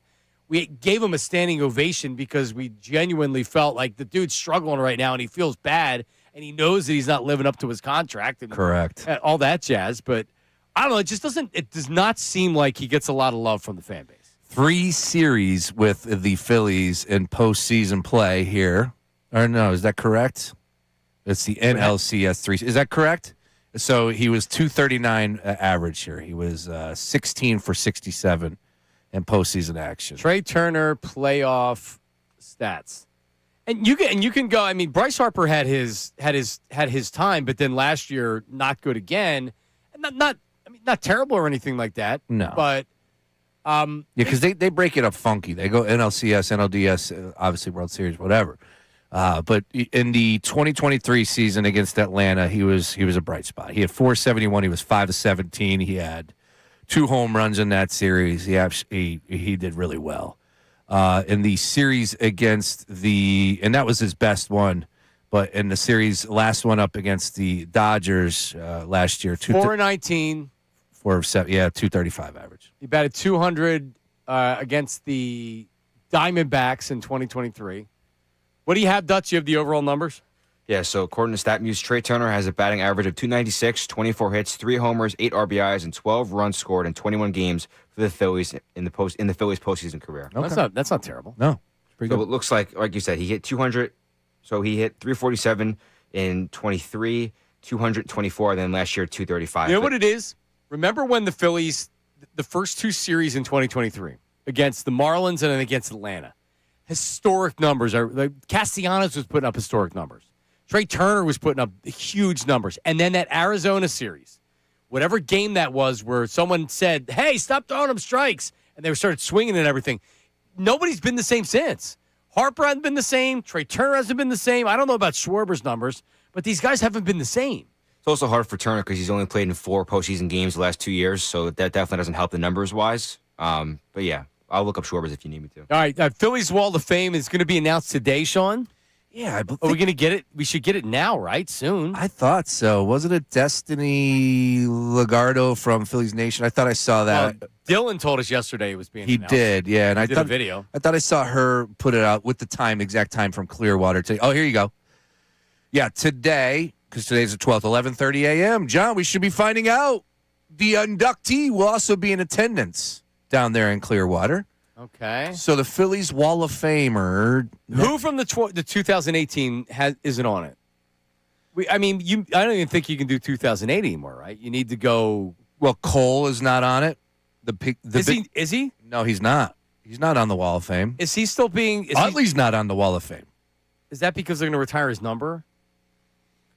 It's a good question. You know what I mean? Like, do you put him on the Wall of Fame if he's ultimately going to have his number retired? Because he's going to get in the Hall of Fame. Oh, yeah. Yeah, he's definitely doing all the right things. But are any of those guys from 2008 on the Wall of Fame? Because if you want to leave Pat Jimmy, Bat.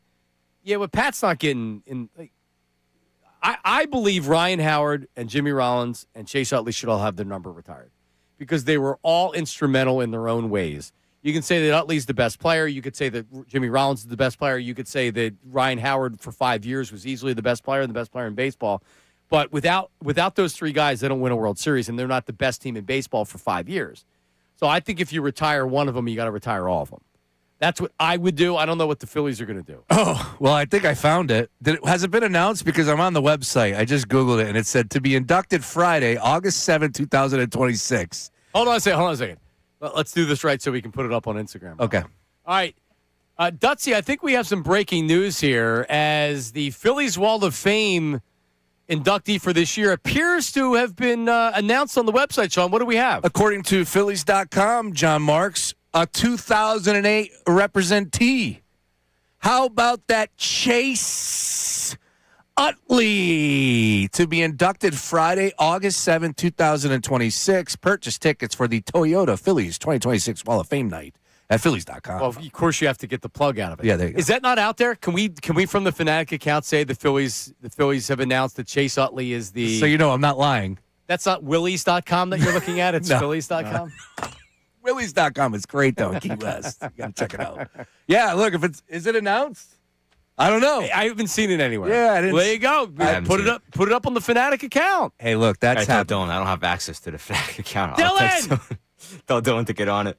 Dylan, we'll put it up from the show account. That's major, first of all. It's the biggest one they could do, right? It's the biggest player that they could put up. I didn't think they would go down this direction. I didn't think he'd get his night. Do we have Chase and then Jimmy and Ryan? But Jimmy's already on it. Okay. Yeah, so because those guys retired before Chase. Chase was the most of those players was the most. But they're going to put everybody on it. Absolutely. Shouldn't Jason Worth be on the Wall of Fame? I think so. Shane? Is Shane on the Wall of Fame? Shane's got to be on the Wall of Fame. He's not. Is he not? I mean, you're going to put the whole team on, though. That's the question. Where do you draw the line? I mean, Jamie Moyer, a Wall of Famer? As long as guys are still alive, I guess you keep doing it. Carlos Ruiz. At some point, they're going to run out of names, right? These guys are, even though we think that like they're getting old, they're not in their 60s or 70s. You probably still have another 20 years to put Scott Air on the Wall of Fame or whoever you're going to put. Scott Air. I said Mick Bullmeyer needs to go up on there, all right? So, hang on. Hold up. Time out. I need a 20 here because I got to shout out Bill Colarulo. Bill Colarulo. Yesterday, he said something on that video that really grabbed me. And it's Ricky Bo throwing out some sort of ceremonial first pitch or a pitch for the All-Star game. All right, coming up, we have Schwarber's numbers, and then we have some Eagles memos we want to get to as well. At least just say you agree with me. Middays with Mark. Yes, okay, Middays with Mark, 97.5. Free agency is here, and it's about to...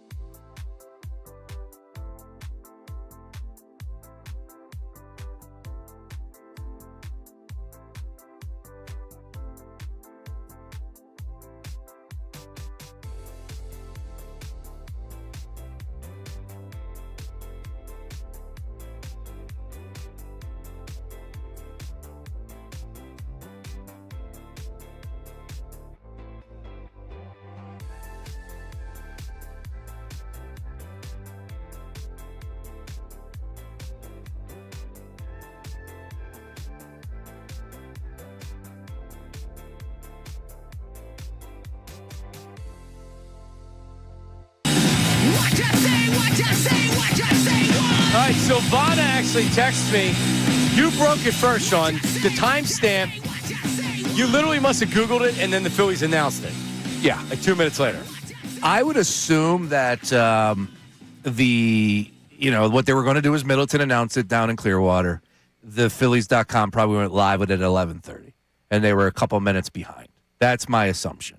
The story went up at 11:30. They didn't put the tweet or the Instagram out till 11:37. I was just looking at who was already inducted, and of course I see Chase Utley. I'm like, I know he hasn't been inducted, but he's getting his day in August, which is surprising to me. Why? He's a heavy hitter. It's the big one. It's the big dog. And I guess if you have it, you don't sit on it, but I don't know. Cole was my guess. I thought they would have went to Cole first. Well, he'll have to wait another year, Sean Brace. Oh, what's he going to do? Jimmy last year, Ed Wade, and David Montgomery the year before that. Scott Rowland, or didn't he not show up? He was busy or something? I don't recall. I didn't realize it was that many years ago. I was so pissed when it was Scott Rowland. I'm looking at the wrong year. So it was 26 Utley, 25 was Rowland and Ed Wade. 24, David Montgomery. Scott Rowland was 2023, along with John Quinn, who was the former GM, and Ruley Carpenter was the former owner of the team. No, Scott Rowland showed up. He did? Yeah, he was there. Okay. So that was on September 22nd, 2023. The Phillies fans cheered Scott Rowland on Friday night. Okay. Yeah, according to Todd Zielecki here, so we could trust Zoe. Yeah, I just wouldn't have went. No. Yeah, I'm passing on Scott Rowland night, too, as well. Yeah. All right. Well, there you go. So back into the Eagles conversation here. All right. Earlier we were talking about A.J. Brown and Maxx Crosby, et cetera. We have a couple voice memos on the Eagles. Dutz, what do we have? Go ahead. Hi, this is Jeff from Haddonfield. I'm an attorney. I think Howie and the Eagles are a lot closer to being great and a juggernaut than most people are saying. I think if you look big picture, they trade for Crosby. The price has clearly gone down. Redo Jalen Carter's deal now. Have Jordan Davis, Jalen Carter, and Crosby at the front line. Trade A.J. Brown to the Patriots for a first and a third. Then Howie's got two key jobs in the draft. Find the best wide receiver to complement Devontae Smith, and then find two solid offensive linemen. I think that's a great structure. And then from there, you got Dallas Goedert, try to get him on the cheap. We already got Brandon Graham, and away we go. There you go. Maxx Crosby apparently is staying with the Raiders. He came out and he said, I'm not going anywhere. I'm staying. So you got to take Crosby out of the equation, which now you have to wonder, then, okay, Crosby's out. Who's your defensive end? Yeah, we talked about it yesterday. And Chubb's out, too. Yeah, and Chubb's gone. Yep. No Chubb for Chubb. No Chubbed up. No longer. That's what they make Blue Chew for. What I would say is, first of all, that guy has it all planned out, and I dig that. Nice work. Great job in the voice memo. Also, lawyer. Correct. Nice work there. The thing I would push back on is I just don't know if you can go ahead and draft a receiver, and he's going to, I guess, if I'm not mistaken his words, replace Devontae Smith. Devontae slides over to one. That's a big ask for a rookie. I don't know if that guy is out there that could step in immediately. And, oh, by the way, where the Eagles will be drafting. I don't think that they're going to draft a receiver at 23 overall. So you have to back it up, second, third. Is that guy there? I don't think he is. But other than that, I think he's got a good plan of action for Howie Roseman and the Eagles. They need to sign a veteran wide receiver. Absolutely. And then they need to draft somebody. Juwan Jennings, John, I'm pounding the pavement. Is he good enough too? I think so. He may have to be. You know what I mean? Yeah, I really do. Like, he stepped in, and I'm not going to sit here and say that he was a one by no means, but he stepped in and had some moments. 5 catches for 89 yards against the Saints in week 3 there. Down the stretch, he was really needed. 5, 6 catches, 6 catches, 6 catches, 7 catches. So it's like he's got the ability. He proved his worth. Now, I'm not going to make too much of a case for him to be something that he's not. That's the issue. Number 2, I think he'd fit in nicely. All right, Tyreek Hill remains available. Stephon Diggs, Christian Kirk. All right, Christian Kirk hasn't been bad. All right. Debo, who had a James Harden fat suit on at some point last year. Yeah, I'm good on Debo. I am too. Mooney, who the Falcons cut. I like Mooney, but not you. Need a stronger number 2. Was it Mooney from Police Academy? was Mahoney. That's Mahoney. Police Academy was great. What a great film. How many did we have? 6, and then there was I think there was a 7th one that I didn't see. You want to know them? The original, Police Academy 2, which was their first assignment. Police Academy 3, Back in Training. Police Academy 4 was Citizens on Patrol, Cop. Police Academy 5 was Assignment Miami Beach, and Police Academy 6 was Save Our City. How do you know all the Police Academies? I saw them all. Oh my goodness! Big Police Academy fan. Sweet Chuck's he's appearing somewhere, and Bobcat Goldthwait. Sweet Chuck and Zed, Officer Zed. Bobcat's still with us? Bobcat does stand-up comedy all over the place. Wow. He's been up at Soul Joe's up in Pottstown not too long ago. Is Gutenberg still here? Of course he is. Hairy chest and all. Where's he went, Steve Gutenberg? He was a big 80s star. Oh, monster. Remember what was the movie with Ted Danson and Tom Selleck? Oh, 3 Men and a Baby. Oh, man, it was a hit. Yeah. Short Circuit. It was a good monster. Cocoon. And then there was Cocoon. That's a good pull. And then there was Harris. Captain Harris, and then there was Proctor. Proctor was his lackey. Remember, they would always trick him into going to the Blue Oyster Bar. Oh, the Blue Oyster Bar. Which was a gay bar. Dun, dun, dun, dun, dun, dun, dun. Yes. So they're walking down this alley, and Harris is like, "Where are we going, Proctor?" And Proctor's like, "Mahoney told me to hit the best salad bar in town." and they go into this gay bar called the Blue Oyster Bar. Yeah. And as soon as they walk in, they have the music, and it goes. That's it. And they start dancing with them immediately. So good. I don't remember the salad bar quote, but that makes it even better. There was Tackleberry, who was Tackleberry, and then there was Hooks, who was the African American female. And then there was Motormouth Jones, Michael Winslow, who did all the sound effects. What about Bubba Smith? Bubba Smith's name was Hightower. Hightower. There you go. Could I forget? Kim Cattrall. She was a reporter in, I believe, the 4th installment. Oh, my goodness. John, you are a Police Academy aficionado. I mean, if there's a Police Academy quizzo being hosted by Ray Dunn anywhere in the Delaware Valley, this guy is winning it. Do you know who Randall Tex Cobb is? Yes, he was from Raising Arizona. He was in Police Academy 4. He was singing in the he was playing Simon Says in the jail cell, and he goes, "Simon Says, clap your hands." He got Proctor to step back to where they could grab his revolver because they were behind the jail cell. I know I haven't watched a movie in 25 years, but I could talk about amazing Police Academy. Nice pull by you. There we go. We have one more voice memo. Give it to me quickly there. There, Dutsy. What do we got on the Eagles? Tony, Northeast Philadelphia, flooring guy.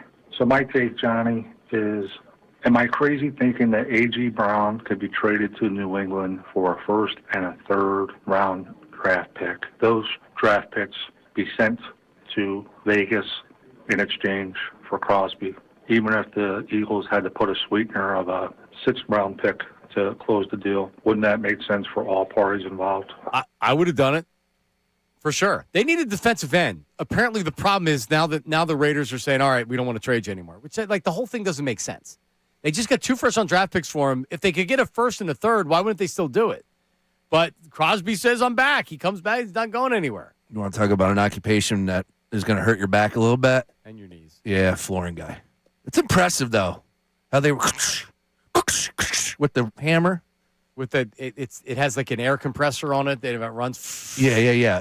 You tighten everything up, but then they get the rubber mallet. You got to have a rubber mallet. I have a rubber mallet. Rubber mallet. You got to have one around the house. You know what else you need around the house? A leaf blower. I have one. Got to have one. I've had the Cobalt battery operated. Strap on the back? No. It's just in the hand. In the hand. Yeah, it's enough. Yeah. Oh, nobody could. Believe me, nobody cuts the lawn like me.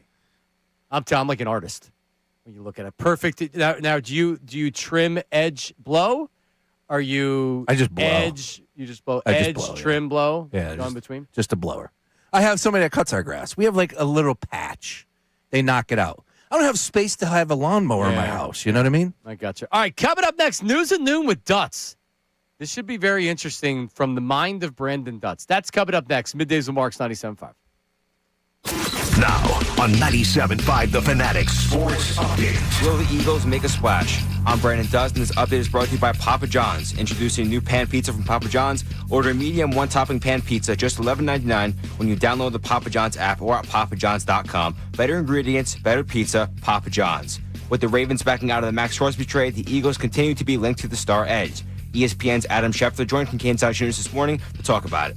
I'm not expecting that right now. I mean, I think they checked in before, and there's a brief, like, what would it take? Okay, like nothing more, nothing substantiative, but I don't think that that's a real thing. Sixers back in action tonight against the Pistons with tip-off set for 7 o'clock. You can listen to that one right here on The Fanatic. Pre-game coverage starting at 6 o'clock. Flyers took down the Capitals and will go for their second straight win tonight against the Minnesota Wild. That one you can catch on 93.3 WMMR. Team USA moves on to the quarterfinals thanks to Italy's 9-1 win over Mexico. Aaron Nola put together a strong performance, pitching 5 scoreless with 5 strikeouts. This update is brought to you by TireRack.com. Rain or shine, drive with confidence on Vredestein tires from Tire Rack. Vredestein tires deliver precision handling, dependable traction, and quiet comfort. Shipped fast and free with 2 years of free road hazard protection. TireRack.com. I'm Brandon Dutz on the home of the 76ers, Flyers, and the Union. 97.5 The Fanatic and The Fanatic app.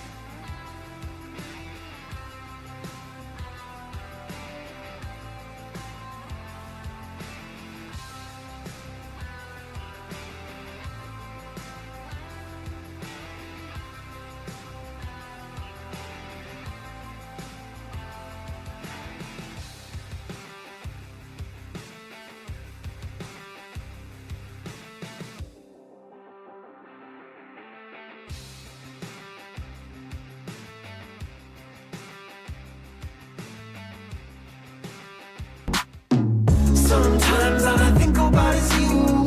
Late nights. All right, we're back. You know, news and new coming up in a second. Negative Nate Tennyson, we asked him to do a parody song, and he did it. It's fantastic. Really? Absolutely fantastic. Oh. So, I mean, I do have a gripe about it, but that's I'll discuss that. So let's do news at noon, and then we will play it. We'll debut it. Okay. Negative Nate, who also has a parody song as well. I believe that Negative Nate. Negative Nate. Yes. Negative Nate. Negative Nate. Negative Nate. So good. Nice work there. By the way, just to end the police academy conversation, Jared checks in. Kim Cattrall was in the original. Ooh. Of course, it was Mahoney's love interest because Mahoney was the big playboy. Kim Cattrall, she was a star in the 80s. Oh, yeah. A star in the 90s and the 2000s. Yo, you know what? Kim Cattrall was killing it. What was the movie I'm thinking of when... Well, she was Sex in the City. She was the sex pot in Sex in the City. Oh, yeah. She's in her 50s still. She's killing it. No, Big Trouble in Little China. What a movie. What a movie. What was the egg? What Kurt Russell was in that? What was the name of the Asian guy? Jack! Yeah, Jack was his name. What a movie. That movie still lives with me to this day. How bad it was, or just it was just fantastic. It was fantastic. It was just a truck driver ends up in the middle of nowhere. You know why you know about that? Because there were no options when we were kids to watch. There's like 5 things to watch. Life was so much better. It was better. 90s was going to go down as the greatest decade to ever be alive. Yeah. 90s. People wonder why I'm so weird. It's because of the choices that we had to watch. I spent my Saturdays and Sundays, for the most part, watching paid commercials because there's nothing else on TV. There wasn't a lot of cartoons that were on during those years. I was watching Ron Popeil and the electric food dehydrator. This was before Set It and Forget It, the rotisserie. Great product. They had. It was great. All right, let's get to the news at noon. What do we got, Dutz?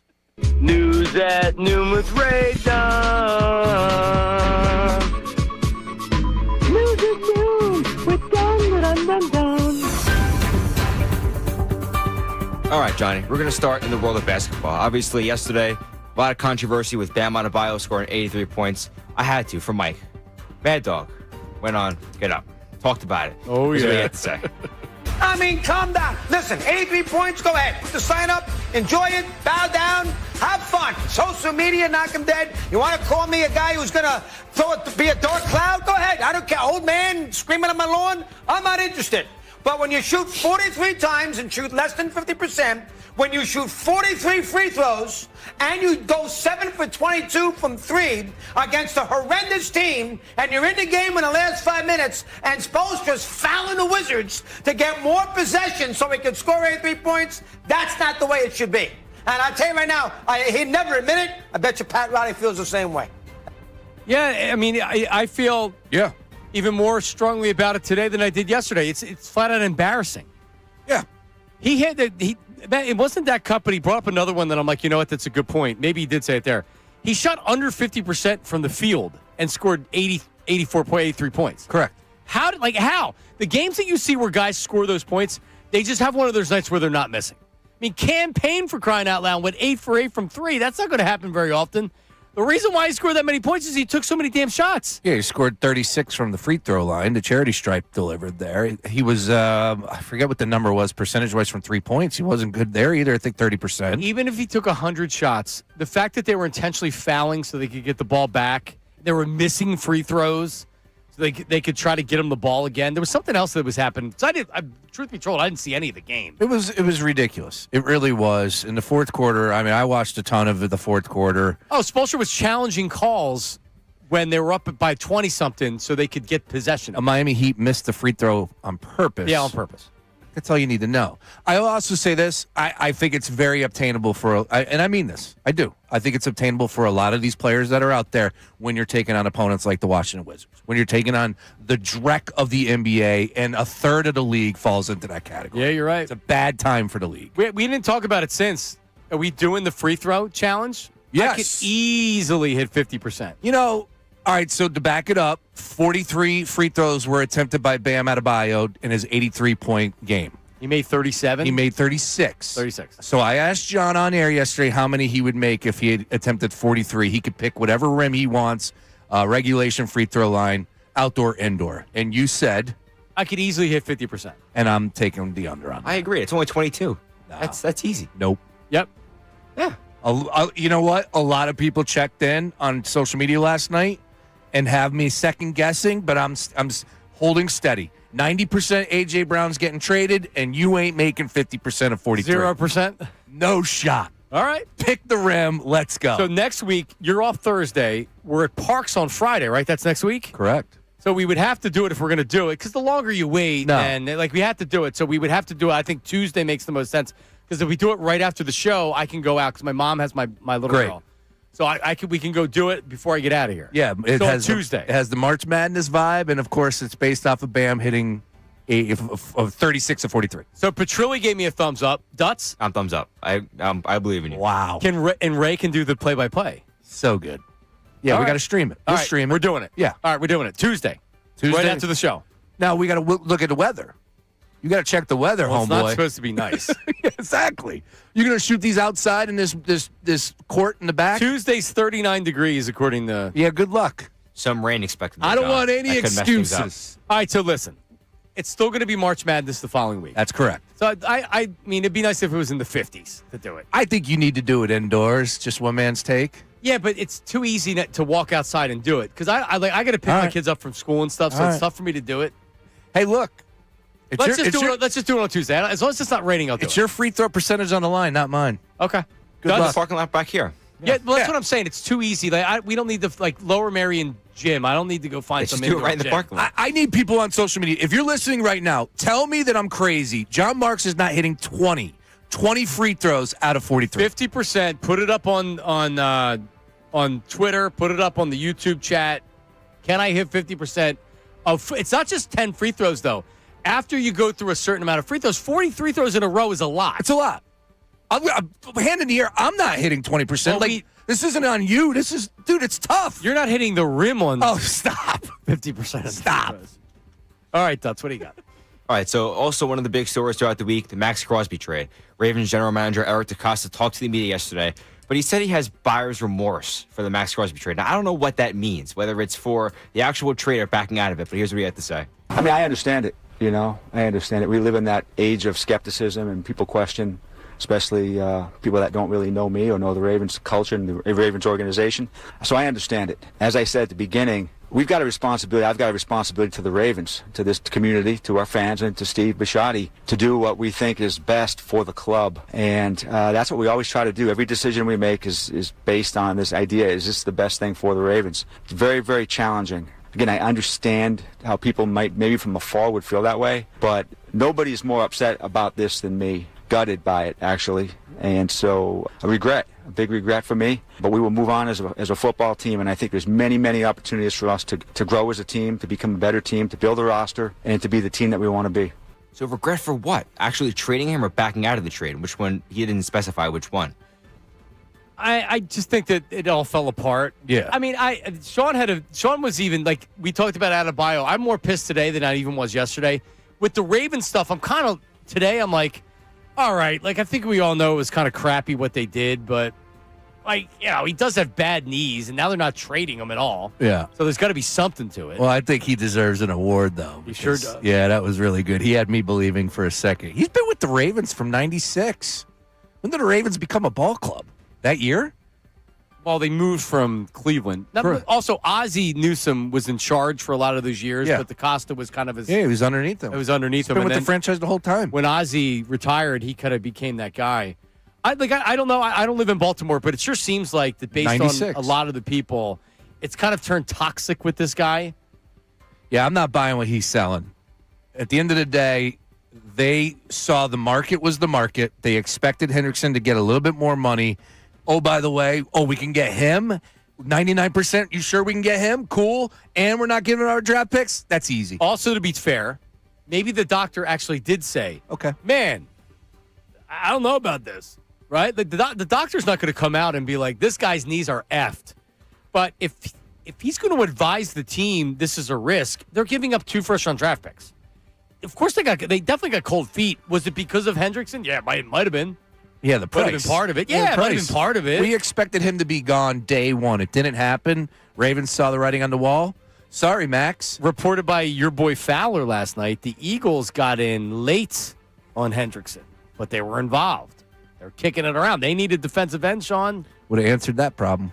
All right. What else there, Dutsy? Last one here. We're going over to WFAN. Obviously, the Giants, Commanders, big division rivals have had big off seasons. So Chris McMonagle, the co-host on the Craig Harton Show, said something interesting. Said that the Giants have closed the gaps tremendously on the Eagles. Take a listen.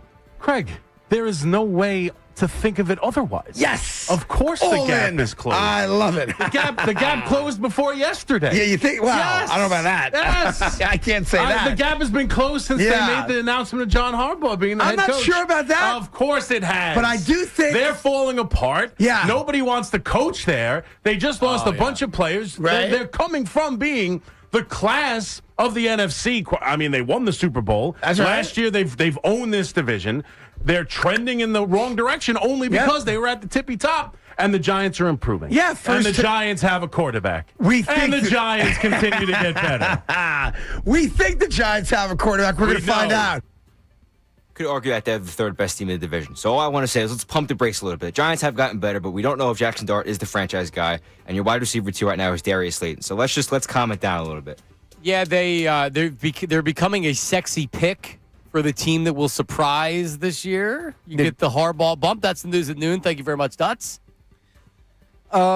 Eventually, teams improve, right? Like, I could see the Giants taking a step in the right direction if everybody remains healthy. But, man, that's a big ask these days. It feels like they got a little curse, a little black cloud over them from time to time. They lost neighbors. Like, it was just insane, all the injuries that they went through last year. Yeah, I think they could maybe sneak in as a wild Scatterbo. card. Yeah, they lost a lot of talent last year. Dart was like getting hit all the time and concussions and things like that. Bringing in John Harbaugh, a guy that can, because let's face it, the Giants have been a hot mess for a while now. Long time. A guy that now the organization says, all right, you're in charge. All right, like whether Harbaugh can do it from top to bottom, because before with Baltimore, obviously he had a general manager, but he had a lot of say in what was going on. Structurally, as an organization, they needed a guy like John Harbaugh. Now, in 3 years, are we talking about, man, he can't get him over the hump? I think that's the conversation with Harbaugh is how much impact is he having? But he can set your organization up. Oh, absolutely. He's going to build within the offensive line. He's not going to make poor decisions and going out and spending a lot of money on something they don't need. At least you don't think he's going to. I think the Giants have, just by bringing in Harbaugh, they're going to have a last place schedule. So they're going to have an easier schedule than some of the other teams. So we'll see. But I also want to bring up that I think the most important piece to this conversation, first of all, 7.5 is their win total for next year right now. That's one. That's interesting. I'd probably take the over on that. I'd have to take a little bit deeper dive in it. But 2 is Abdul Carter. I don't think it gets any more important than him. And whether or not you're going to be able to get him to live up to expectations as a third overall pick from last year. He obviously failed. He was a mess off the field. He's a little bit of a head case, and it could go south real fast. So bringing a guy like Harbaugh in, I would imagine that's another reason. That's job number 1, getting Abdul Carter to live up to what Abdul Carter is being sold as. Yep. Yeah, a coach like that, get him in the office. Hey, man, what's up? Build a relationship with him. Right? That's what it's all about. It's not just, hey, yo, dude, go out there and play. Yo, dude, stop doing that. It's like they have a head coach that, hey, you can trust. He's been there before. Well, I mean, and did they get rid of Thibodeau yet, or they were trying to trade Kayvon Thibodeau? That was a huge miss. They didn't get rid of him. No, but he's been available pretty much even at the trade deadline last year, and that's a huge miss. When you miss on a top pick like that, he was also top 5 fifth overall. And when you're not extending, he didn't get the 5th-year option, I don't think. But when you're not giving a 5th-year option and you're not looking to extend him, right? Like that means that he sucked. Yeah. He had 1 year. He had 11.5 and 23. Other than that, he's been a little bit of a disappointment. He's listed as questionable right now, status. So I don't. This is funny. ESPN obviously didn't update. No, but he's listed as questionable. Thought that was good. What's the Eagles over under 11.5? Oh, the Philadelphia Eagles. I'm glad you asked. What would you set it at? 11.5. 10.5. Really? Plus 115, minus 140 on the under. So the Rams are 11.5. The L.A. Rams currently right now 11.5. Okay. So the Rams are one of those teams. The Seahawks are probably one of those teams again. Seattle coming in at 10.5 at minus 145 to the over. Okay. Lions 10.5. The Detroit Lions are listed currently right now 10.5 minus 105. Okay. Packers, I want to say 9.5. Green Packers? Bay Packers even money plus 100 for 10.5 wins. Wow. So that means the Bears are 9.5 or 8.5. Chicago coming in at 9.5 at even money. Okay. They could take a step back. There's one team you haven't mentioned yet. Yeah, 49ers. There you go, 10.5. Yeah, there's a lot of, there's the 10.5 and there's the Rams, the favorite. Yep. AFC, Broncos, I know, aren't looked at as one of the top 2 favorites. So you have, do they put the Chiefs up there? I would say Chiefs 10.5, Broncos 9.5, maybe? That is correct. Chiefs 10.5 at +105. Denver coming in at 9.5. Baltimore 10.5. Baltimore Ravens coming in at 11.5. Whoa. John Marks +110. How about that? So are they the favorite? Who am I missing in the Patriots aren't going to be 11.5. The New England Patriots 9.5 currently are holding steady at 9.5 -110. Okay. Who are we missing, Dutz? What's the AFC team that we're missing? Chargers 9.5. The LA Chargers are coming in at 10.5 at +130. Really? Yeah. That's interesting. Who do you think is the worst team total preseason right now? Has to be the Jets, no? This Nope. is one of these instances where I need to look at the standings so I can look at who would be considered and who's going. They don't have a quarterback. The Raiders. That's incorrect. They don't have a quarterback. They don't have Not a the quarterback. Vikings, is it? No way. No, the Vikings are probably 8.5, or maybe even 9.5. I don't believe they have a quarterback. They played somebody that was a little bit of a veteran backup for a long time. Currently, their quarterback, who was drafted number 1 overall, is reportedly heading to Minnesota. Oh, Arizona. Arizona at Really? 4.5. Yes. Nice job, Ricky Bo. A man that really does care about the real sports. So I guess Arizona's tanking by having a bad, because I saw Jacoby Brissett. He said he doesn't know if he's the starter or not. Yeah. Probably because Arizona doesn't know if he's the starter or that not. was my point. Like, I don't even know. Who's your starter? Adam Schefter did report last night that he feels like you're starting to see teams target next year's draft for the quarterback reasons. He said he was already, he's gathering information that some teams are essentially what you just said, in the tank. And, there's going to be some good names in that quarterback draft class, of course, at the top of the list. Mr. Manning, come on down. All right, so Schefter was on this morning. He gave the latest on A.J. Brown. We had Andrew Callahan, Boston Herald, on this morning. He gave his opinion on the Patriots, the Eagles, and A.J. Brown. We have that for you coming up next. Also, as Maxx Crosby now apparently is going back to the Raiders, what the hell are the Eagles going to do at defensive end? The latest on that as well. That's coming up next. It's Middays with Marks, 97.5, The Fanatic. All right, let's talk about something. This legitimately could save your life. Sean Brace, you look like you're a snorer. You're a moderate snorer. It depends what I do the night before. So if you're drinking, you're... Yeah, exactly. Okay. Yeah. All right, you probably have moderate sleep apnea, mild sleep apnea. If you want to eliminate the snoring, I'm telling you, it's so easy. If I would have known it was this easy years and years ago, I would have done this. My dentist doctor, Eric Pastor, man, they're the experts in the industry. They offer an advanced, comfortable sleep apnea device designed to keep your airway open so you can sleep better and feel better. And I can tell you firsthand, I might be going back 4 years now. I was using a CPAP machine. I was diagnosed with sleep apnea. I was a heavy snorer. I was driving my wife crazy. So finally, I got it taken care of, but I had this damn CPAP machine, which was so uncomfortable, a mask over your face, but it worked. And then just when I was literally at the dentist chair with Dr. Pastor, he had said, well, have you thought about, I can design you a sleep apnea device. And I said, yeah, let's try that. And it's worked, and it's been life-changing as well. So the great news with this, the sleep apnea device is covered by most insurance plans, including Medicare. In other words, this isn't a dental issue. This is a health issue. If you have sleep apnea, that's terrible for your health. And the sleep you're getting if you're a snorer is miserable. God, my sleep is so much better right now. And Dr. Pastor and his team, they were recently named the top dentist by Philadelphia Magazine. That's for the 10th consecutive year. And they do everything for you. You contact them, they connect you with the right doctors, and they arrange a home sleep test, which is just putting this little thing over your fingertip, and they can see how much apnea you actually have. So if you've never been diagnosed, or if you have, you got to contact Dr. Pastor today. His sleep team is standing by. If you call them right now, 610-67-SLEEP. 610-67-SLEEP. The website's drpastor.com. DRPASTER.com. Now on 97.5 The Fanatic Sports Update. What's happening with A.J. Brown?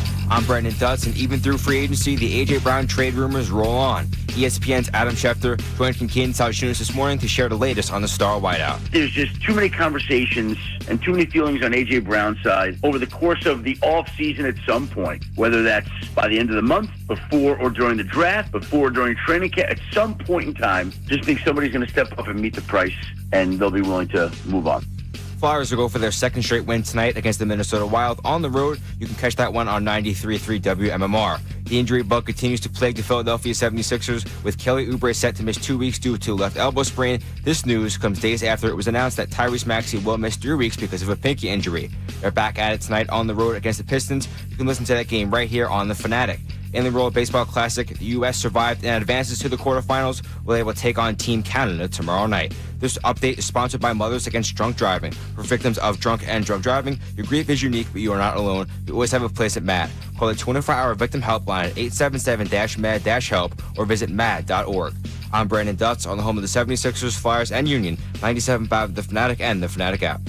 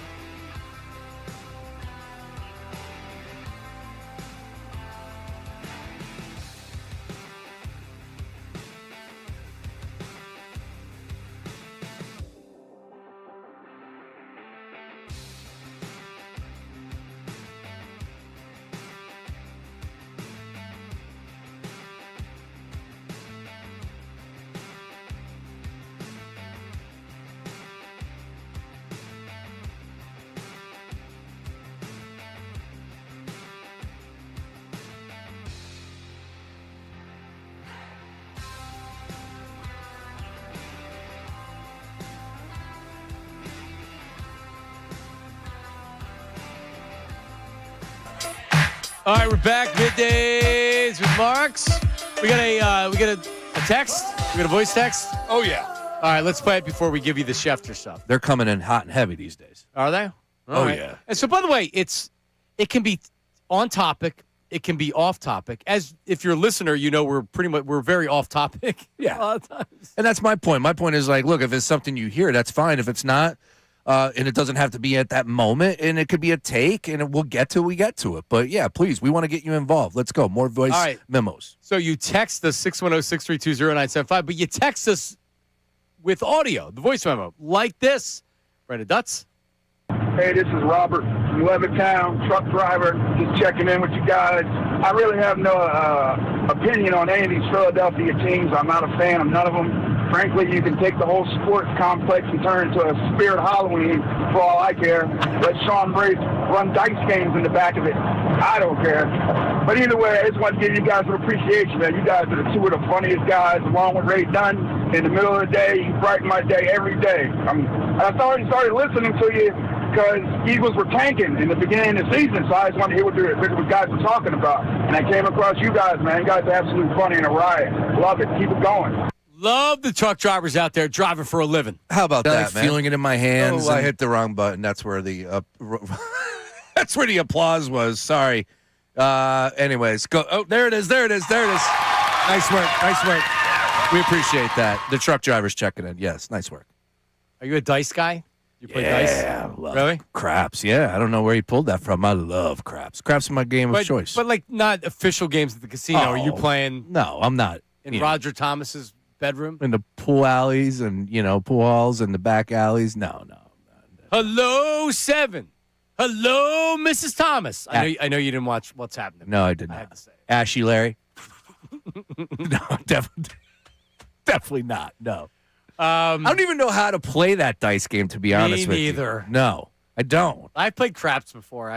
Oh, craps takes a little bit. Yeah. You watch it, and then you can just, you just play some of the stuff that's a little bit easier to understand. Well, to start. Yeah, sure. I don't know. Just you know what you need to do if you want to learn craps? You go to a table, not during prime time, tip the dealers, and tell them exactly that. I want to learn how to play craps. They will pull you, if they're not DBs, they'll pull you close and say, dude, this is what you need to avoid. And those guys know best, guys and girls. Of course. That's how I learn. It's like a blackjack dealer will tell you what the book says. Correct. Right? That's what they'll say the book says to do this. You can ask a blackjack dealer. They'll tell you what the book says. Most of those people want to see you win. Of course, they win. Yeah. We know that. If I'm hitting blackjacks, guess who's getting tipped? We all winning, baby. And I can't wait to be at Parks. Kelly was already like, try not to spend what you're making. Next Friday, we're at Parks 10 to 2. All right? Next Friday, not this Friday. Next Friday for the games, for the NCAA. For the first round of March Madness. Unbelievable. There's no better place to be. Nope. Like, we are in the heart of it. Yep. They have a great sports book right there. Oh, they got the best. Nate, next segment. I don't need it right now. They got the best sports. They do. Thank sports you, book. I got something for you next segment. Nice. All right. 1 o'clock, Tim McManus is going to join us. 1:30, your chance to win the 76ers tickets and the spot in the knockout tournament, representing Middays with Mark. That's at 1:30. Tim McManus at 1 o'clock. I'm surprising Sean with something next. Adam Schefter on the morning show. Everybody wanted to know his thoughts on A.J. Brown. So he was, I don't care. It's not important to me, to he thought he wasn't getting traded, then he thought he was getting traded, then he thought he wasn't getting traded. Here's Adam Schefter, because now the urgency that was being described by a couple of the insiders clearly is not happening. And I think this is going to take a little bit of time, and it may be another team now, not the Patriots, but I still believe that A.J. Brown is getting traded. Here's Adam Schefter. That's possible, but I think, the trade talks still go on. Teams still are checking in. Their price hasn't been met. So, we've gone back and forth on this throughout the offseason. I still think somewhere along the way, now I've shifted the other way again. I was 55% sure trading him. Then I went to 45%. And I think I'm back to the other side. And by the way, it just goes to show you that these things change week to week. So it doesn't really mean much. But I just think there's just too many conversations and too many feelings on A.J. Brown's side over the course of the offseason at some point, whether that's by the end of the month, before or during the draft, before or during training camp. At some point in time, just think somebody's going to step up and meet the price, and they'll be willing to move on. That's just a gut feeling, but it may not be right. And it's a matter of how he covered all bases. It's a matter of how he finding enough value to say, yes, I can make this trade. Because, Sean, we all want AJ to be happy. Yes. And it's pretty clear that he's going to be happier elsewhere. And Yes. it may not be the Patriots now. But we had Andrew Callahan on from the Boston Herald, and he shares the same opinion that I do, which is the Patriots want the player. He believes the Patriots and Mike Vrabel want the player. Vrabel just came in and won 14 games. Took the organization from, holy crap, what are we doing? They fired Gerard Mayo after 1 year to going to a Super Bowl. So when the coach says, I want A.J. Brown, guess what you do? You get the player. So as long as Howie's not sticking with I'm only taking a first and a second, I think they eventually get a deal done. And if it's not with the Patriots, there'll be a team that's willing to meet a second round, maybe plus asking price. You agree? Yeah, I definitely agree. And all in all, unfortunately, in the back of my mind this whole time, I've been thinking about June 1st. June 1st, it's just cheaper to do the deal then, and we're not going to get into the minutiae of the numbers. But that's the first thing that I always thought that this would, It's a great point. Deadlines get deals done. It's a cliche, and it stands the test of time for a reason because it's the reality when it comes to these things. You pick the league. Deadlines get deals done. So June 1st was always the day. I changed my tone or my tune when the insiders told me to buckle up last weekend. That's when I started expecting AJ to be gone, and it wasn't the case. Because Howie thought it was going to be gone. Yeah, it made sense, right? Because you want to know what you have, and definitely a position like that with AJ Brown and spending all that money. Yeah, free agency, it's going to change things. You know what I would have done if I was a GM that was a rival of Howie? I would have called Elliott Wolf of the Patriots and said, yeah, Holmes, don't give him everything he's asking for right now. Trust me. There's not a market for him. He's gonna squeeze you for everything he can. You don't have to do it right now. Wait, so you're another general manager in the league. You're calling that guy and saying, hey. I have relationships with other guys. And with anything, right? Like you mentor younger people in the business or less experienced people in the business. I do as well. So if I'm kind of having this relationship, Howie's known as a relationship guy. If I'm a rival GM, guess what? I'm making sure Howie's not getting what he wants because that only makes them better. Yeah, you're right. And it's advice. Now, you don't want him to lose the player, and then they're like, hey, you screwed me. But still, there's no reason why the Patriots had to give the asking price of A.J. Brown. There's plenty of time to get a deal done. So either fortunately or unfortunately for us, this may drag into the draft. Or around the draft. It's just where we're at. And I just put it out there. For the people, this is still a top 5 story in the NFL. I mean, you could make the case this is probably still third best story in the NFL at this point in time. Schefter had said last night that they would rather not move him, even though he would like to be moved, and they're not going to move him until they get what they feel is a fair price. So in other words, they don't really want to trade him, but he wants to be traded. So they're going to trade him when they get at least what they feel is fair, which is, I agree. Yeah, like he'll still be moved. You haven't budged. You're at a what? I'm at a 90. Did I say 80 earlier? Is that where I am? I think so. Or 85. I'm up to 85. You shift. And Dutz is 25%. The youth don't know football like we do, Sean. No. Yeah. Dutz, where are you? I just don't think anybody meets the asking price. And if nobody meets it, why are you so desperate to get him off your team? Like, you're telling me you can't sell him the fact that Mannion's coming in with a new offense, it'll look different? No. You can't sell. I think you can. Toothpaste out of the tube. Well, you may have to. Yeah. I don't think you're going to, but if they can't get a deal done, then they're going to have to sell him on it. Yeah, Nick Earnshaw, same thing over the weekend. He was with me on Saturday. Young guy. Oh, AJ's back. Sean Bernard, young guy. AJ's back. The youngins, the Utes, Your Honor, don't believe he's going anywhere. Correct. Oh, by the way, my wife, Kelly, listens, and she says, I'll tell you what, why? What's A.J. Brown? It's, like a big discussion. Why, if he's so good, do you get rid of him? So I bring that up because there are a lot of people that are tuning in for the first time wondering the same thing. Right. He is that good. He's considered one of the greatest receivers in franchise history. Why are we getting rid of him? Well, because he doesn't want to be here anymore, and he's requested to be traded. That's it. And let's face it, he's on the other side of being a top wide receiver. Yeah. He's still a top wide receiver. He's not the player he was when he came.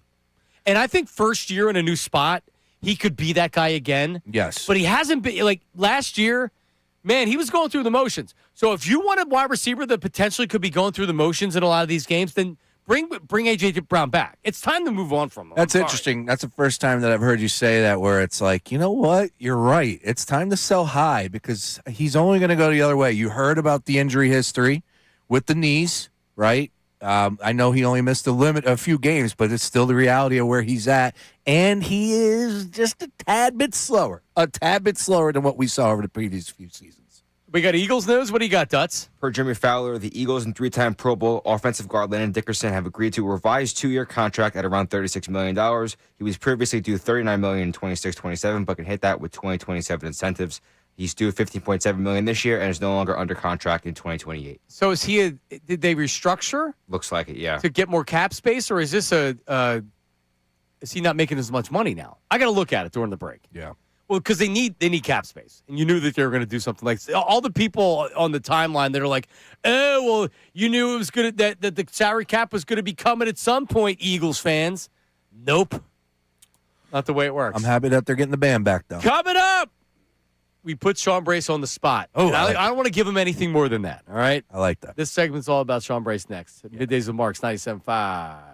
Fanatic. That's right, though. Staying with me. Hey, NFL free agency is here, and everybody's trying to improve their performance, which actually reminds me, fellas, if you're looking to upgrade your performance too, let me tell you about Blue Chew Gold. Blue Chew just raised the bar with Blue Chew Gold, a new 4-in-1 upgrade designed to help with both your brain and your body. It's about confidence, connection, and showing up ready when the moment calls your number.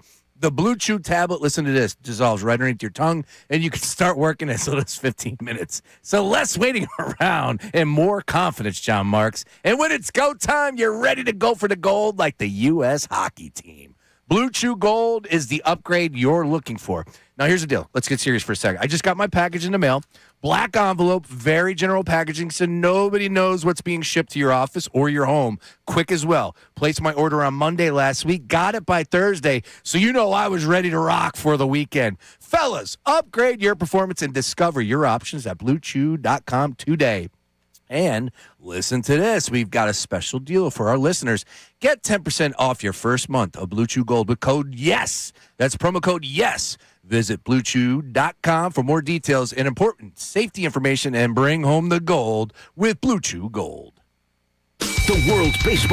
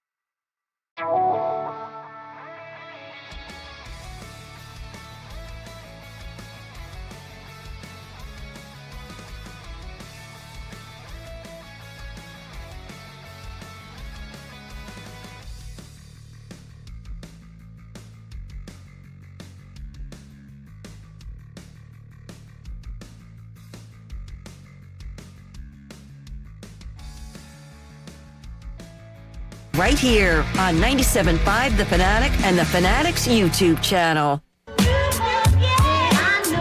All right, we're back. It is Middays with Marks. We have some, so Tim McManus, 1 o'clock, the latest on A.J. Brown and everything else. Dallas Goedert, is he coming back? All right, 1:30, your chance to win. We'll play a little game. We're going to play rapid fire at 1:30. Your chance to win the 76ers tickets and the spot in the knockout tournament representing Middays with Marks. Before we get to that, and I have something for Sean. So this is the Jeremy Fowler tweet. Eagles and 3-time Pro Bowl offensive guard Landon Dickerson have agreed to a revised 2-year contract of $36 million. Per sources, he was previously due $39 million in 26 and 27, but can hit that with incentives. He's due $15.7 million this year and is no longer under contract in 2028. So they made him take a pay cut? I mean, don't you read it like that? This isn't a restructure. When Blaine Johnson restructures, it's very clearly worded. It's a restructured contract. You know what you do when you revise a contract? You're revising a contract. Yes. You're either getting paid more money or less money. You're making a different contract. But it's just weird because they don't really have a lot of leverage. I mean, the fact that he was talking about retirement and now he's no longer under contract in 2020, it's not even like he's no longer under contract in 2028. Does that mean he told him he wants to play 2 more years? Because if you're under contract and you retire, doesn't it hurt the team cap-wise to where it accelerates all the cap numbers? So am I reading that he's going to play 2 more years and then he's gone? Yeah, like that's why you would do this. Yeah, essentially it seems like a pay cut going from 3 years and 60 with $17 million or so guaranteed to 2 years, $36 million. And the 2028 year of Dickerson's contract has been removed. Right. So there would be no cap hits or whatever. So they shaved off a year. I mean, there's incentives that you can reach the same amount of money that you had before, but I mean, that would mean they said we're taking some money away and you can earn that money back. I don't know. Yeah. All right. Well, it's the time to to shake and move, right? You gotta, shake and bake? Yeah, shake and bake. Got to make it happen here. You got to free up some cap. And ultimately, they got to go after some bigger pieces here because this team right now, currently constructed, is not good enough. And how he knows that, there's a lot of holes to fill. So we'll see what happens. And you cooked it because it's a new contract. You cook it to where maybe the cap number's not as much this year or they front load it, whatever it is. Yeah. I'd be curious to hear and see the details on that. So McManus coming up at 1 o'clock can actually answer that for us right away. Dickerson started 15 games for the Birds last year, and PFF graded him as 30th best guard out of 81 qualified players. He gets 2 more years. He makes another $40 million, and he retires. All right. And he's retired at a young age. He made a lot of money. And he's made a ton of money. Ton of money. Could you imagine? No. How old is he right now? So he'll be like 30 around, right? Yeah. He's 28? I was going to say 28 would have been my guess. No, 27. So he'll be not even 30, and he'll be set. That's right. Good for him, man. Good for him. And hopefully he's good the next 2 years. I know he went to Columbia to get the stem cell stuff done on his knee. You know, maybe I need to go there. I was thinking about going to one of the other places. You got a bad knee? Oh. Well, I just want peptides and HGH. Yeah, I'm on the peptide train too. Yeah, let's get it. I my guy Anthony that went to Morgenstern Medical for his hair. He goes to the peptide places. Colarulo's on the peptides. Colarulo, yeah. He's a big peptide. He's got the place in Jersey. Yeah. All right. So, Sean Brace, we know yesterday it was announced that Matt Cord is retiring as the 76ers public address announcer. That's right. After this season, okay? And in a Crossing Broad article, Kevin Kincade, I don't think he really mentioned anybody else's name, but he not only threw you out, he more or less nominated you to be the guy to replace Matt Cord. Shout out, Kevin. And by the way, like when I say this isn't a gag. Sean easily could be the public address announcer of the 76ers. I appreciate that. That's very cool. First of all, Matt Cord set a very high bar, and he was fantastic. And even when he was pulled off for like whatever that was, that gimmick back in 11, we talked a little bit about yesterday. You just saw and you heard, when he came back and returned, how good he was. And he's just natural. It's perfect for Cord. Yeah, so whenever I talked to Matt this morning, and he told me that actually a listener that is also he's friends with, or I forget exactly what the connection is, sent him the audio of us talking about him yesterday. And he genuinely, like when I was talking about it, he's like, Dude, he's like, I'm really overwhelmed. Like the number of people that have reached out and everything else. It's like, Matt, you don't realize you're a legend because that's your personality. Like, you don't realize, bro. Like, how many years you've been doing radio in Philly? How many years you've been doing the public address for the Sixers? A legend, man. Legend. Yeah. Great dude, too. Matt's not a better guy than Matt Cord out there. Like that. With that being said, Sean, I'm going to put you on the spot. Let's go. Because one of the great things about Matt Cord, and I say this about Tom McGinnis, when Tom McGinnis was doing the crappy process 76ers, he can't just show up and not get revved up when there's a great play. His job and what makes him such a pro is that he's out yelling and screaming regardless of what's going on in the game, for the most part. When you're Matt Cord, some nights, you're announcing Allen Iverson. Yeah. Some nights you're announcing Ben Simmons, Joel Embiid, Jimmy Butler. Other nights, you're announcing, and that's what we have for you right now. Unbelievable. So we gave Sean Brace the starting 5 for the game against the Bucks. And by the way, I would have changed this because tonight it might even be worse. It is worse. It is literally worse. Because Oubre's not going to play tonight. Oubre is out tonight. And all right, so who starts in front? So just edit it. Who starts in front of Oubre? Oh, my goodness. All right, don't worry about it. Yeah, I honestly don't know. Isn't Bona out tonight, too? They're at the bottom Bona's of the barrel. out. Drummond is questionable. And who would start over Oubre? I believe that would be either Jabari Walker or Trendon Watford. Yeah, would be your guys. Trendon Watford. Yeah, I like that. Are they full tank mode now? Again. Because what is Drummond questionable from? He hasn't done anything. I think like back tightness or something like that. On March 25th, you have Paul George returning. You can't tank John Marks. There's still a reason to believe. Sean Brace has the starting 5 in front of him, and he is going to give his on-the-spot. I love it. Matt Cord. This is Sean Brace. This is what you could be hearing at the Xfinity Mobile Arena next season.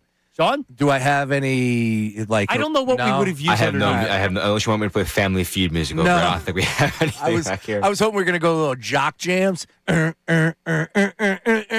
I should have played the intro to when the Chicago Bulls used to do it. Don't play jock jams because that is Michael Buffer in the background. Oh, okay. And we will lose our jobs if we play that. Not that one. Jock jams is an album. But it mixes it in. Oh, okay. And I would try. I just won't do jock jams. Let's get ready to... All right, so hold on a second. What can we play? No, seriously, let's play something underneath it. Hold on. Give me an instrumental. Give me something. What about da-da-da-da-da-da-da-da-da-da? You have something on your board here, John? I'm not seeing anything on the Middays just board. quickly go to YouTube, look up NBC basketball song, and then play it underneath. And you're probably going to have to go through an ad and skip or whatever. So we should probably just do this. Yeah, let's just do it. All right, let's just do it. You ready? Yeah. And now for your Philadelphia 76ers starting 5. A 6'9" forward from Dumont, New Jersey, Dominic Barlow. And a 6-foot guard out of the Bahamas and Baylor University, VJ Edgecombe. Go, go, go, go. A 6'8" guard out of Kansas University, also known as the Tsunami, Kelly Oubre. A 6'10" center straight out of Nigeria and UCLA, Adim, the Elephant Bono. A 6-foot guard out of the University of Houston, Quentin Grimes. Now, do you do the and? For even though it's Grimes? Because if it's Maxey or Embiid, you're doing end. With Grimes, I don't feel like you need to do end. Look, you would have to mix in a little something there to lighten the load. But, that's why Cord runs the echo. He's notorious for the echo. He's got the echo button, and that adds a little flavor to it. Yeah, I mean, you're doing it dry on the radio out of nowhere. That's good. When you're in the stadium, when you're in the arena, you're even more juiced up. A 6-foot guard out of the University of Houston, Quentin Grimes. Quentin Grimes. Yeah, now, do you only have one style? You know what I mean? Because they'll be like with. Yeah, I'm a yeller. Because but like with names, you need to kind of change it up, right? Sure. I would do everything the same way. Yeah. No, you have to change it up. It would be not a work in progress, but you would mess around. You'd have some fun with that. And again, like I said, honestly, in the back of my mind, all I'm hearing is Matt Cord. You would have to get over that hurdle. Like, because I'm not trying to steal his style, But it's like that's what I'm hearing when this dude is so. What's your own style? He's so like a part of the fabric of the 76ers home experience. Like if I became the Phillies announcer, it'd be hard for me to not say out of here because I grew up with Harry. Correct. Right. But so can you use it, or do you need to come up? Because the worst thing is when you get these like who says this? It's the same call every time. Who is it? We were just talking about it last week. Is it Joe Davis? Oh, yeah. It's the same call every time. The swing of his lifetime. Right, like, all right, dude, you already used that 10 times. Yeah. Stop it. You gotta. No, Kevin Burkhardt says the same thing for every catch. And he's got it. Yeah, he does that every the same time. Everything. And I like Burkhardt, but it's tough because again, you're not a play-by-play guy. You're not a guy giving your opinion. You're just reading the words. Well, I don't know if we've had a bigger 1 o'clock hour. Tim McManus, the latest on what happened with Dickerson's contract, the latest on A.J. Brown, the latest on Dallas Goedert. Is he coming back to Philadelphia? The rest of free agency, defensive end. This is going to be long. And then we have your chance to get in on the knockout tournament. We'll play rapid fire. And maybe the biggest guest of all, Herb from Northeast Philly is on the line as well. Herb is back with us, baby. Middays and Marks, 97.5 The Fanatic. Now on 97.5 The Fanatic Sports Update. Free agency continues. I'm Brandon Dutz, and free agency rolls on with the new league year starting yesterday. So far, the Eagles have signed cornerback Tariq Woolen, but have lost Jalen Phillips, Reed Blankenship, and Nakobe Dean. The Birds and Dallas Goedert have agreed to push back the void date on his contract, and doing this gives them an additional time to get a deal done. Tim McManus of ESPN will join us at 1 o'clock to discuss the latest. Flyers on the road tonight in Minnesota to take on the Wild. You can listen to that game on our sister station, 93.3 WMMR. 76ers back in action tonight against the Pistons. No Embiid, Maxey, or Oubre. Adembolo has been downgraded to out, and Andre Drummond is listed as questionable. Catch that one right here on The Fanatic with tip-off set for 7 p.m.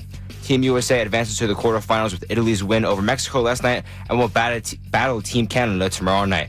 This update is sponsored by Mothers Against Drunk Driving. For victims of drunk and drug driving, your grief is unique, but you are not alone. You always have a place at MAD. Call a 24-hour victim helpline at 877-MAD-HELP or visit mad.org. I'm Brandon Dutz on the home of the 76ers, Flyers, and Union, 97.5 The Fanatic and The Fanatic app.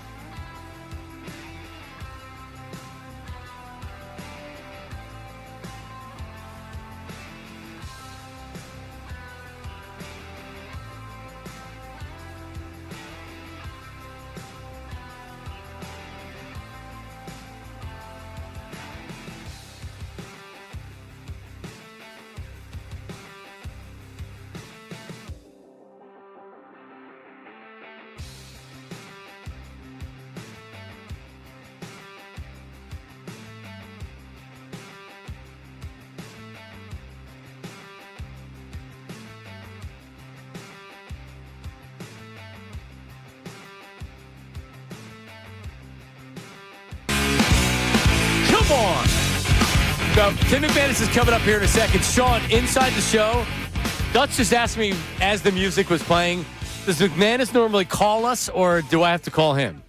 And I don't have his number. I assume, I was just texting Timmy the other day, I would assume Tim calls. Well, it's just that easy. And Tim, when you get busy like this, though, you don't realize what time it is. I don't know because I don't know what Ray's routine is. So I would like if someone called me probably. Yeah. But Tim don't operate like that. Dutch, I'm texting you right now. I have it right now, too. I just sent it. All right, thanks. No, I'm not saying like Tim's habitually late or anything like that. No. But I'm just saying if you have like 30 things going on at once. Oh, yeah. And you can lose track of time. I was scheduled to do my guy up in Portland, Maine. Oh, yeah? Yeah. The afternoon jab. And I'm like, yeah, sure, call me. I'll be outside doing work. So I was like doing stuff outside in the driveway. I didn't realize I turned some thing on my phone where it didn't ring if it wasn't recognized. Ooh. So it kept going to voicemail. I know how it is on the radio when you have an interview that's booked and then they don't show up. Happened to me on Saturday. Oh, yeah? And I love him. It never did it to me before, but Luke, I teed up. Luke teed up some Arcady? I teed up some Phillies conversation. And all of a sudden, I'm like, hey. The big build-up, you called him like the best ever. Yeah, and he's never, like, I've been working with Luke for years now. And I'm like, what's going on? He said he had some crazy phone issues, something locked up on him. He couldn't even use his phone. No. Couldn't text, nothing. Yeah, it was, he didn't fall asleep. It was 2 o'clock. Dog ate his homework? Something like that. And next thing you know, I'm texting Trish during the segment as I'm trying to burn it. As you're talking. Yeah, because he was supposed to call in. Anyways. Little behind-the-scenes action there for you. No one feels bad. Yeah, McManus is coming up here. The latest, and this is just something new to talk about. Landon Dickerson, as I read it, I'll be curious to hear what Tim says. Revised contract. I guess it looks like there's a couple $1 million that were shaved off, but maybe he did that. Mm-hmm. So, because the revised contract is he's a free agent after 2027. So in 2028, he's a free agent, and to me, it looks like that's the retirement year. I don't know. Let's talk with the ace, Tim McManus, ESPN, ESPN.com, reporting on everything with the Eagles, and he joins us right now. What's up, T-Mac? What's up, boys? How's it going? We have so much to talk to you about. Timmy. So the Landon Dickerson contract, like you read it a couple times, and by the third time I'm reading it a little bit differently. I read it as he's retiring after 2 more years. Fowler put out the tweet. What have you gained, and what is your thoughts on it? Yeah, it feels like, number one, more team friendly, so it'll give them more wiggle room, and it's at a lower cost, and it seems like it's consolidated to the next couple years with 2028 now, where he was under contract.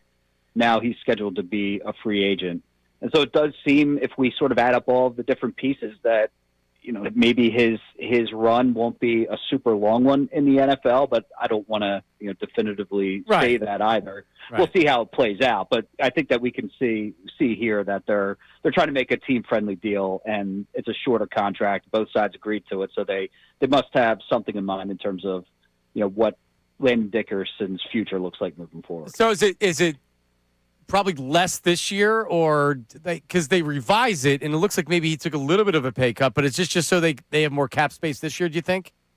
Yeah, I think it probably frees up their cap a little bit this year, John. And there's people in the building when Dickerson got drafted where they were thinking, because of the knee issues, that he might only be a one contract guy. Like they went into that draft eyes wide open, that there's a chance that his career wasn't going to be long. So that's something that's always been known. And I think that you're starting to see some of that bear out. And actually it's gone better than some of those expectations, in that he got the second contract, Super Bowl, the whole thing. Yep. But we also see that, there's been injuries that have been mounting here. Yeah, even before he was an Eagle, he was injured all the time coming out of college. All right, there's so many things. So actually, let's go to Dallas Goedert next. They agree to push back that void date on the contract, and to keep it out of the weeds here, that normally happens when a player and a team are trying to work out a deal, because otherwise they get a dead cap hit from Goedert's contract. So is this trending in Dallas Goedert coming back to Philadelphia, Tim? Yeah, I think the people that are hoping that Goedert stays in Philly, this is a positive sign for that. And the way that the Eagles are financially incentivized not to take that dead cap hit, factored in with what's remaining on the tight end market. And my understanding, Johnny, is that Goedert wants to be here. That his preference would be to stay in Philadelphia. If you add all those different things up, then it seems like a reunion could be in the cards here with Goedert. And I don't know that that's the worst thing in the world. One thing that was lacking for sure last year was the fact that they didn't have a whole lot of blocking. And even though the offensive line was rightfully looked at as the main culprit for that, tight end did not help in that way. But they did go out onto the market and address that. So if you couple that with Dallas Goedert, that might not be the worst tight end situation in the world here for Philadelphia. T-Mac, great to hear from you. Is it too early to give free agency a grade for the Philadelphia Eagles? I see a report in front of me by Yahoo Sports, and they're giving him a C-. Where we stand right here, right now, we know he's not done, but the moves together as a collection, where are you at? Do you think that's fair? You give him a little bit more praise? Where are you at as far as a grade is concerned? Yeah, Sean, first of all, congrats, man. Thanks, on the full-time gig, dude. I'm so proud of you. Good to have you back. But it's incomplete. Obviously, we're not there yet. One thing that has struck me to this point is the departures on defense, and every single one of them is understandable. Jalen Phillips, the number just got too big. Nakobe Dean, you drafted Jahad Campbell. The Eagles don't really philosophically believe in spending big money on the safety position based on their actions, and Reed Blankenship was making 10+. So you sort of piece that all together, and you're like, okay, I understand what they're doing, and they're not done yet. And so I sort of get that. But I was reminded to a degree of post-22 Super Bowl, that offseason, where they ended up losing a decent amount of key free agents on the defensive side of the ball. So that was Javon Hargrave that left, TJ Edwards left, CJ GJ was gone, Marcus Epps. And the play obviously fell off on the defensive side of the ball. And I remember, everybody rationalized those moves at the time. It was very similar. And then they had a real down game. I think it was in Dallas in, November. And I was talking with Darius Slay in the locker room. I was like, this defense is relatively the same. Why do you think it's dipped so much? And he's like, actually, we lost a lot of key guys. And that just rings in my ear a little bit. Nakobe Dean had a lot of value when he was on that field. Jalen Phillips was a key addition that helped turn that defense into what it was down the stretch, and is exactly the type of edge player that Vic Fangio sort of covets. And Reed Blankenship, although not heralded, did a very steady job at the safety position while he was here for the Eagles. And all of those pieces contributed to a high-level defense over the course of the past 2 years to varying degrees, which is to say that the offense, I'm not ready to call it a C. I'm not ready to call this offseason a C- yet, but you are starting to notice some of these departures, and some of them are significant, man. Yeah, you got to replace them. And it's actually a great point that Slay said to you. Yeah, we may look at Reed Blankenship and be like, all right, whatever, just go replace him. The guy's got to be able to play that replaces him, right? And they have to draft or sign the right guy. Talking to Tim McManus. All right, so finally, I got A.J. Brown. I gave you a couple questions before the A.J. Brown talk. I'm going to read you something from Mike Giardi, who was an NFL Network reporter for a long time. He's up in Boston. He's a Patriots insider up there. And he said, this is a quote, talking to people in the league who work for teams, they all think A.J. Brown is going to end up in New England. How about a 2 and a 4? I think it eventually is going to get done. Do you agree with that A.J. Brown still is going to get moved and it's likely to New England? Yeah, I feel like more likely than not, A.J. Brown is off the roster, and it has felt for a while that New England is the most likely destination. So I guess if I had to put my chips in those two spots versus other spots, that's where I would put it. The signals have been there pretty steadily now. The Eagles have had opportunities. A.J. Brown has had opportunities to squash this, and it never gets squashed. And it just keeps going on. And you start to get more and more signals. You could hear the way that Schefter, as an example, yesterday was talking about it. Even if Brown doesn't want to be here, you're starting to hear things come out in drips and drabs. Yep. And it does feel like it's heading towards that destination. Yes. could we be in for it's still only March. Could we be approaching the draft and we're still trying to get something done? Because at this point, it's easier. Howie's going to value the June 1st where they can split the cap hit up. But it doesn't feel like this is going to happen anytime soon, Tim. So going into the offseason, it felt like there was 3 markers in the offseason where this could get done. Beginning of the league year, and you heard all the speculation and rumors swirling about possible moves. The next one is the draft. There's a lot of wheeling and dealing around that time. And then the third one is going to be that post one. If you kind of tune into the capologists of the world in this ecosystem, they have been signaling that they felt like the most likely scenario was post June 1, because if you trade him pre-June 1, then the dead cap accelerates into this year, and it's like a $40+ million cap hit as opposed to $20+ million. That's pretty significant for a team that's not exactly flush with cap room or cash as it stands right now. And so that does make sense. And I feel like the Eagles operate in such a way, John, because of the security of Howie Roseman as general manager, because of the long view thinking of the owner and Jeffrey Lurie. They don't mind operating with future picks, and they find value that way, where if they're looking towards 2027, well, some other GMs are like, man, I got to save my butt right now, and you're working so much in the future. That can present an advantage for the Eagles. Plus, 2027, at least right now, the signals that you're getting around the league is a better draft class than 2026. Just to say that if you are going to get better draft picks and you're going to get a situation where you're incentivized to, and you're not going to get that kind of cap hit in the immediate future if you wait to post June 1, then I think there's a couple of reasons why it makes sense that they drag this out a little bit. All right, Timmy, a little spotty there on the end of your last answer, but I'll go ahead and ask you this one, sir, because the defensive end, still a big gaping hole at this point in time for the Eagles. They need to find a way to get somebody here. Again, way too early to start freaking out, but I know a lot of Eagles fans are probably concerned, as well as I am. This is a team that had 42 total sacks last year. Number one in the league was the Denver Broncos at 68. So you're middle of the road. Where are we at? Are you hearing a rumor? Are you hearing a name? Chubb just is off the board last night. Of course, we know what took place with Phillips. All eyes were on him. He's in a different location. Is there a name that you are hearing that the Eagles have their eye on? They have to do something at edge, first off, and they know that. And so that move is coming sooner rather than later, I think. Jonathan Grenard is a name that has been swirling out there that the Eagles have some interest in. It's not exactly Maxx Crosby, but it doesn't also have the same type of capital that you would have to give up in order to get him into the building, and the contract probably wouldn't be close to what Crosby is asking for. So that one makes a little bit more sense. And then if you're not going the trade route and you're looking at the remaining free agents, like a guy like A.J. Epinesa, to me, seems like a fit in where you don't have to throw all of this money at him. He is a Vic Fangio type of edge because he sets the edge and is physical in that way, and he can still get after the quarterback. So I think those are probably a couple names that make sense as they go into it. But right now, they obviously made a pretty big push to get Jalen Phillips. It didn't work out. They have a number that they can't go too crazy over. But so some of those guys make sense as sort of a plan B option after Phillips didn't land.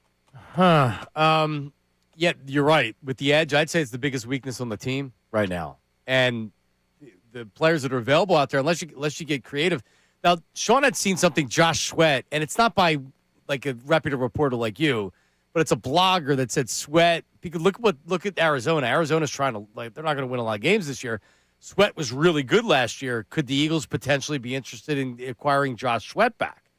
I would like to see Eagles. Yeah, I mean the Eagles value familiarity. I don't think there's any doubt about that. They know Sweat. He's been productive for them.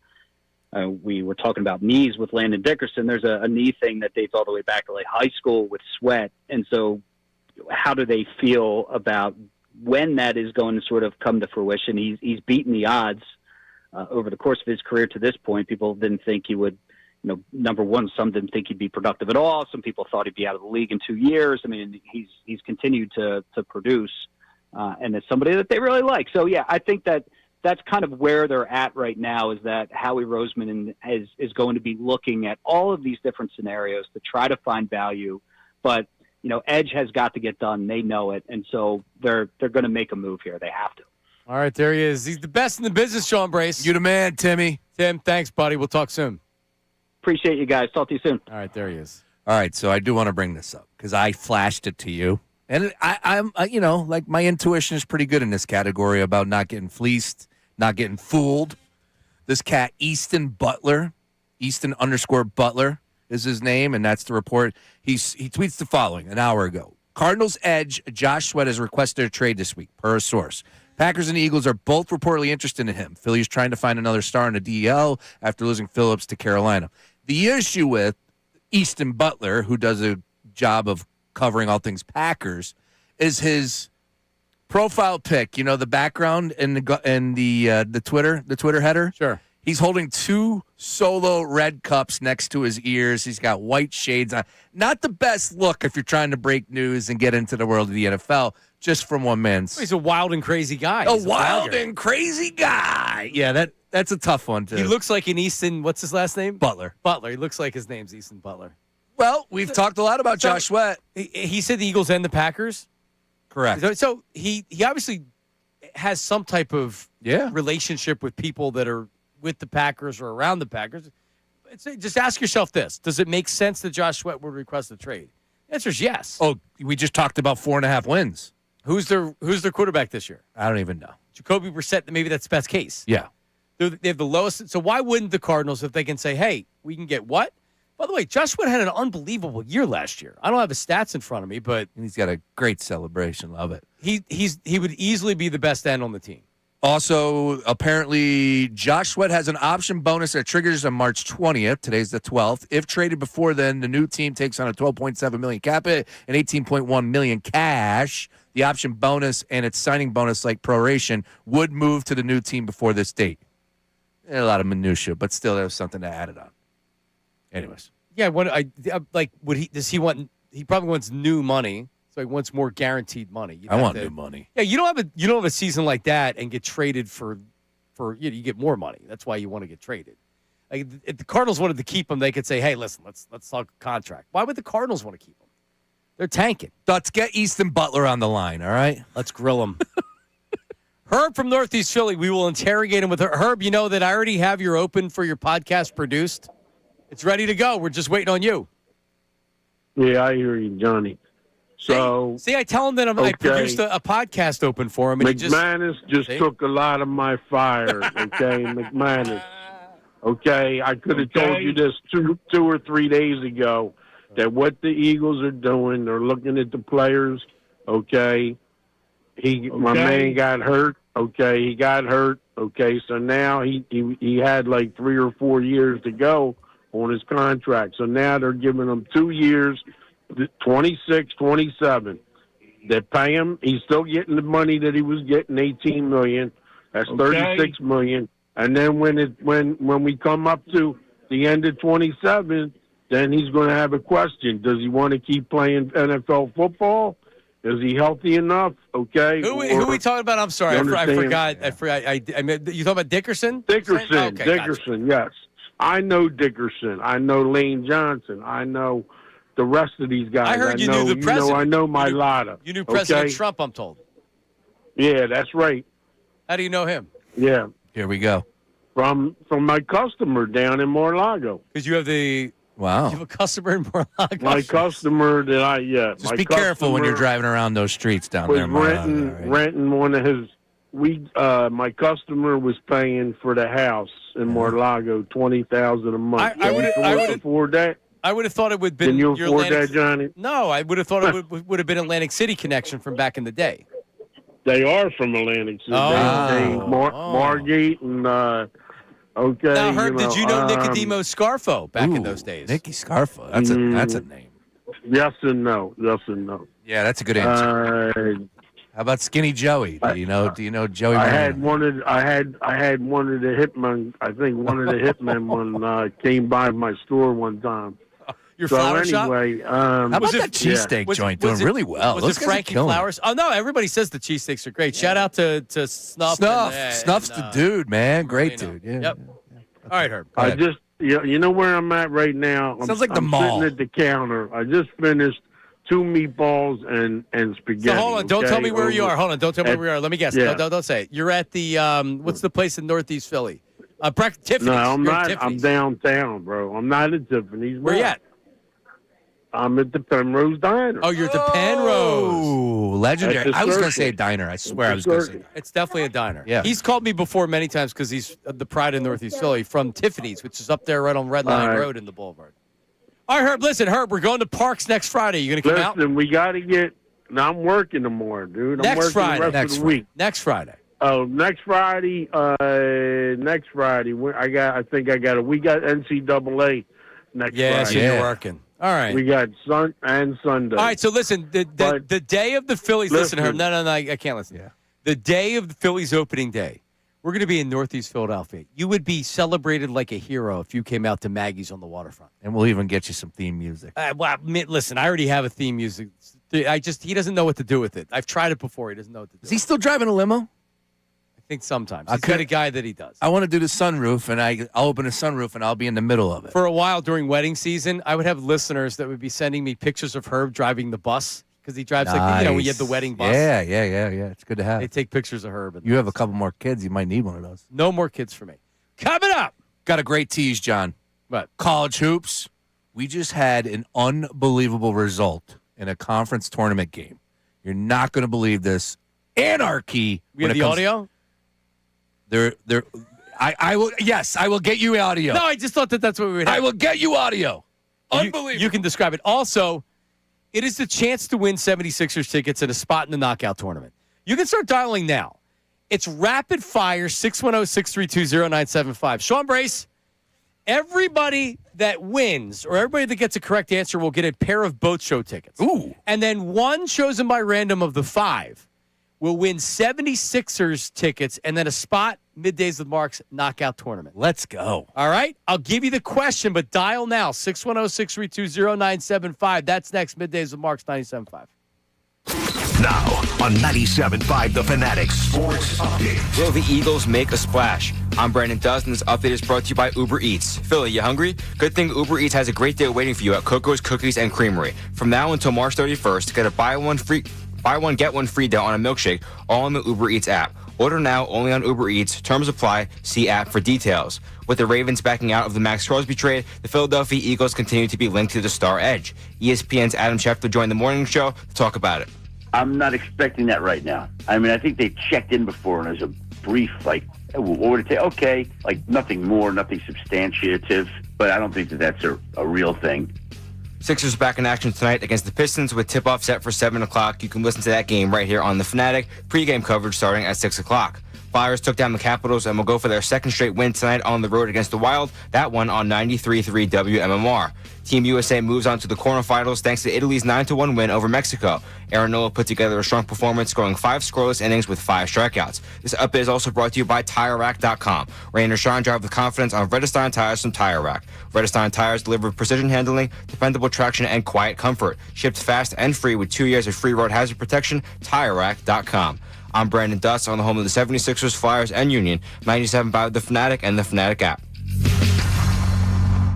What's up, guys? Andrew Salciunas here. Yeah, you should listen to us in the mornings, but make sure you also listen to Unfiltered 2 to 6, the family of Nick Sirianni with Bill Colarulo and Ricky Patalico on 97.5 The Fanatic and The Fanatic app. Home Field Advantage is brought to you by Bradford White. Bradford White water heaters, built to be the best. If the 2026 Flyers are going to make a legitimate playoff push, I'm afraid to say this could be their last gasp at home this week. 3 games at home in a 4-game span. The NHL, taking that Olympic break, has forced teams to play a condensed schedule of 82 games in roughly 2 less calendar weeks. That means so many more back-to-back and 4-game weeks on the schedule. So whether that grueling gauntlet keeps the Flyers from making a late-season playoff push is going to become a lot clearer after this week. Pump up your energy savings with the new Bradford White Aerotherm G2, the only hybrid electric heat pump water heater manufactured in America using the finest components from around the world. It's a Bradford White, so it's built to be the best for years of reliable performance, top efficiency, and energy savings. Plus, rebates and tax credits could save you thousands more. How you heat your water matters. So ask your plumbing pro about the Aerotherm heat pump water heater and visit BradfordWhite.com to learn more. If you owe back taxes, listen carefully to rule number 1. Never go up against the IRS alone. They're cracking down, freezing bank accounts, garnishing paychecks, canceling passports. Even your home or business could be at risk. But here's what they don't tell you. The IRS has powerful tax relief programs that could save you thousands if you qualify. That's why smart people call Optima Tax Relief America's #1 tax resolution firm. Nobody knows these programs like the experts at Optima. Their team of tax attorneys and licensed professionals have resolved over $2 billion in tax debt for people just like you. The IRS is not stopping, so don't wait and don't take them on alone. For tax help you need, for tax help you can trust, call Optima today for a free consultation. Call 800-354-2840. 800-354-2840. 800-354-2840. Optima Tax Relief. Some restrictions apply. For complete details, please visit OptimaTaxRelief.com. My son loves to fly kites, but my active psoriatic arthritis can sometimes hold me.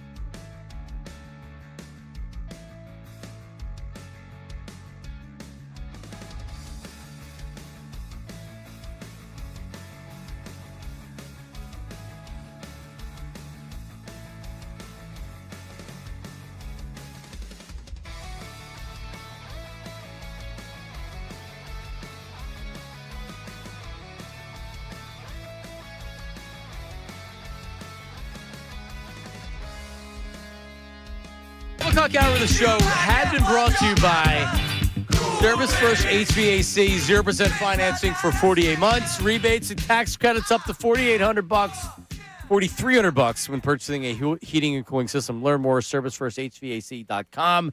So we're going to be playing for some car show tickets and a spot. Boat show. Did I say car show? They just had the car show. Oh, did they? Okay.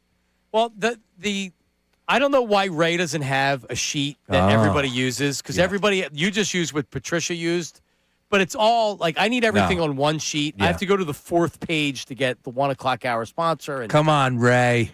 It's on Ray. It is.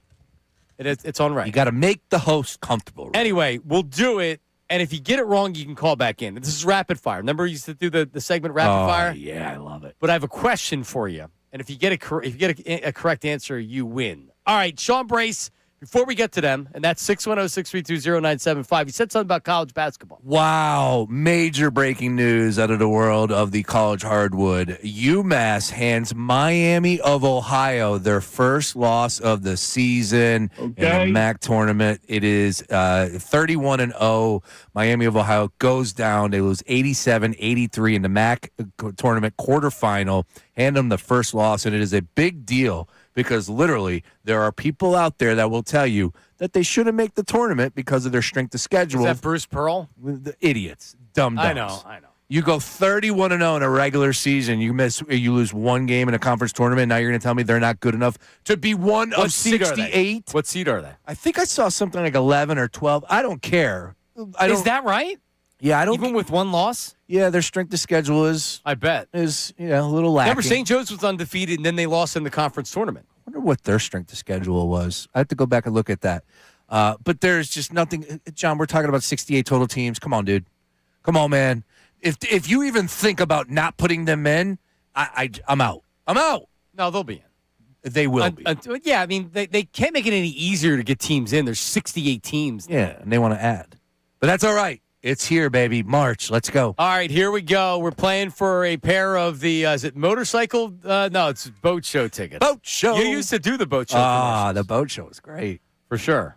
All right, so and I'll give you the copy on that. But also, we're playing for a spot in the 97.5 The Fanatic Knockout Tournament, and you will represent Middays with Marks. Pair of tickets as well to the March 25th game against the Bulls. You can get single game tickets today at Sixers.com. Give me some type of music there, Dutsy. Give me something. As we intro this, 610-632-0975, the top 5 chores that men hate to do. If you name one of the top 5, you win the tickets, and then you will qualify to be the winner of the Sixers tickets in the knockout spot. Love it. According to ChatGPT, the top 10 chores that men hate to do. There you go. Pot that up. Nice. Matt in the Lehigh Valley. Matt, you're first. Laundry. Laundry is number 1 on the list. Correct. You qualify, Matt. Hang on a second. 610-632-0975. Nobody folds laundry like me. I'm telling you, I'm an elite laundry folder. I was folding laundry last night. My wife doesn't allow me to do the laundry, believe it or not. Would you do it? Oh, man. Eventually, yes. But that's a no. You're fine with it, right? Oh, of course. I'm not fine with it. Who wants to do laundry? I'm not fine with her doing it because you know what she does? She folds them and then jams everything into a big hamper, and then it never gets taken out of. I go load by load.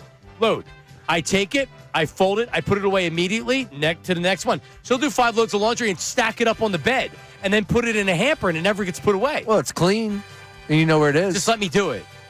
Number 1 rule when it comes to laundry, never start a load you can't finish. Correct. Andy in Lambertville. Andy, go ahead. Listen, Johnny, okay? I'm going to say do the dishes. Doing the dishes by hand is correct. Andy, you qualify. You win the boat show tickets. Hang on a second. Nice. You got a number on that?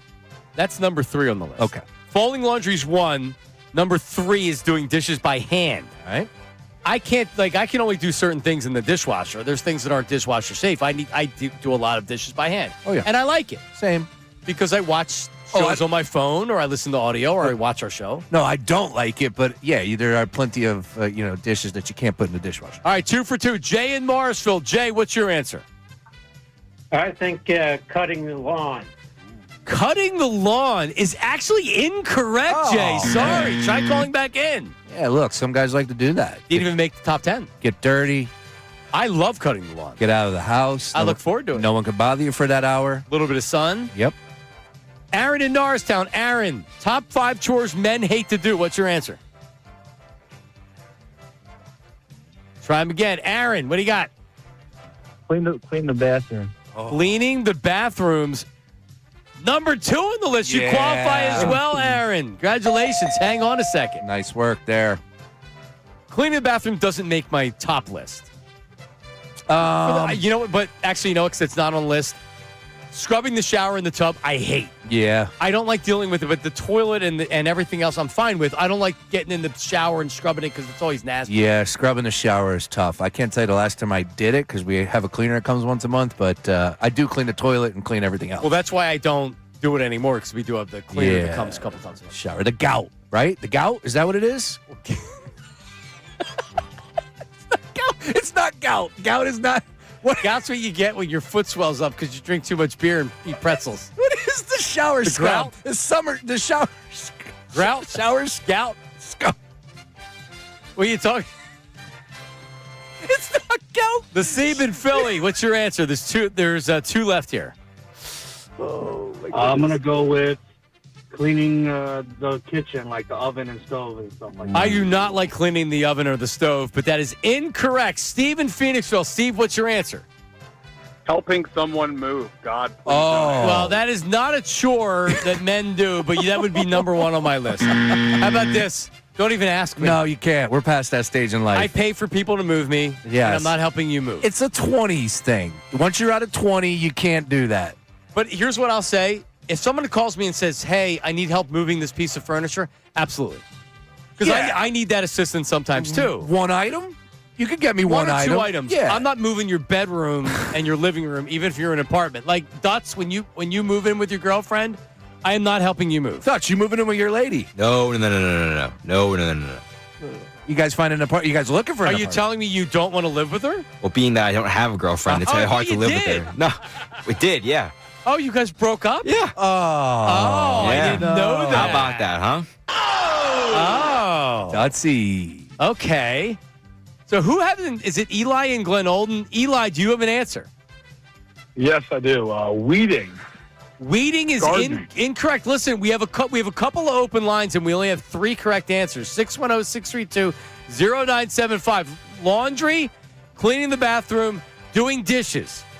2 are left. We'll give it another minute or 2 before we just fold up shop. Top 5 chores. Top 5 chores that men hate to do. Men hate to do. And you're not eligible, or you're going to give me the answers. coming up in a second. But I'm actually having a hard time coming up with one, to believe it or not. So washing windows, not on the list. Cleaning the fridge, not on the list. Taking out the trash, not on the list. Here's one that I hate, matching socks from laundry. Yeah, that's a... Dude, I have hundreds of socks that don't have a companion. And I don't know where they go. Oh, yeah, the sock monster gets them. That's what it is. I guess. All right, we'll do 1 more or 2 more. 610-632-0975. Quickly just get them up there because we're on the delay. Need the chores. There, Nate. Just get them up. Just get them up there. Just put their name. Just put them on hold. I don't know if you can hear me or not, but just it's been too long now. Put them on hold. Negative, Nate. Or I'm gonna start just putting them on the air. Negative, Nate. All right, caller 215 number. Oh, he just dropped off. Caller 484 number. What do you got? Yeah, I wanted to do changing bed sheets. Changing bed sheets is absolutely on the list. Number 4. I hate it. Nice work, man. 1 more. Kyle, Levittown. Kyle. Vacuuming. Kyle, that's number 5 on the list. There You it is. qualify. Hang on a second. There you go. There you go. Congratulations. Nice, man. All right, so you all have Boto tickets. The winner, and I'm using one of these websites that generates the winner from 1 to 5. Okay.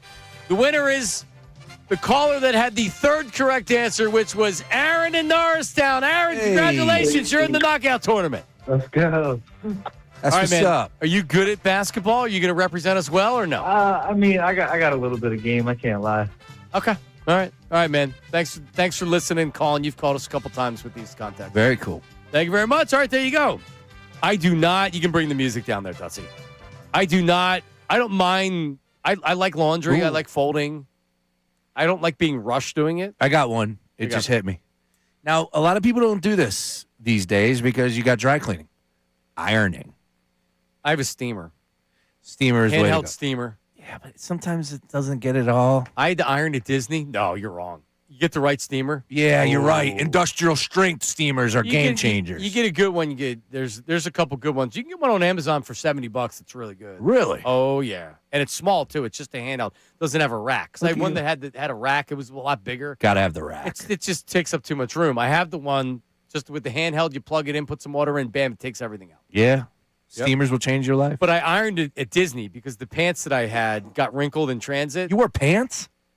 Dude, it was in the 40s. Oh. The first 3 or 4 days we were there. The night we were at Magic Kingdom, because I only brought one hoodie that was warm. Bro, I was freezing. Yeah, I bet. 40s, Holy cow. 40s ain't warm. All right, coming up, we have the YouTube chat recap is coming up next. Also, a great voice memo. One more coming in. One more voice memo. That's coming up next. Middays with Marks. The trade deadline has passed and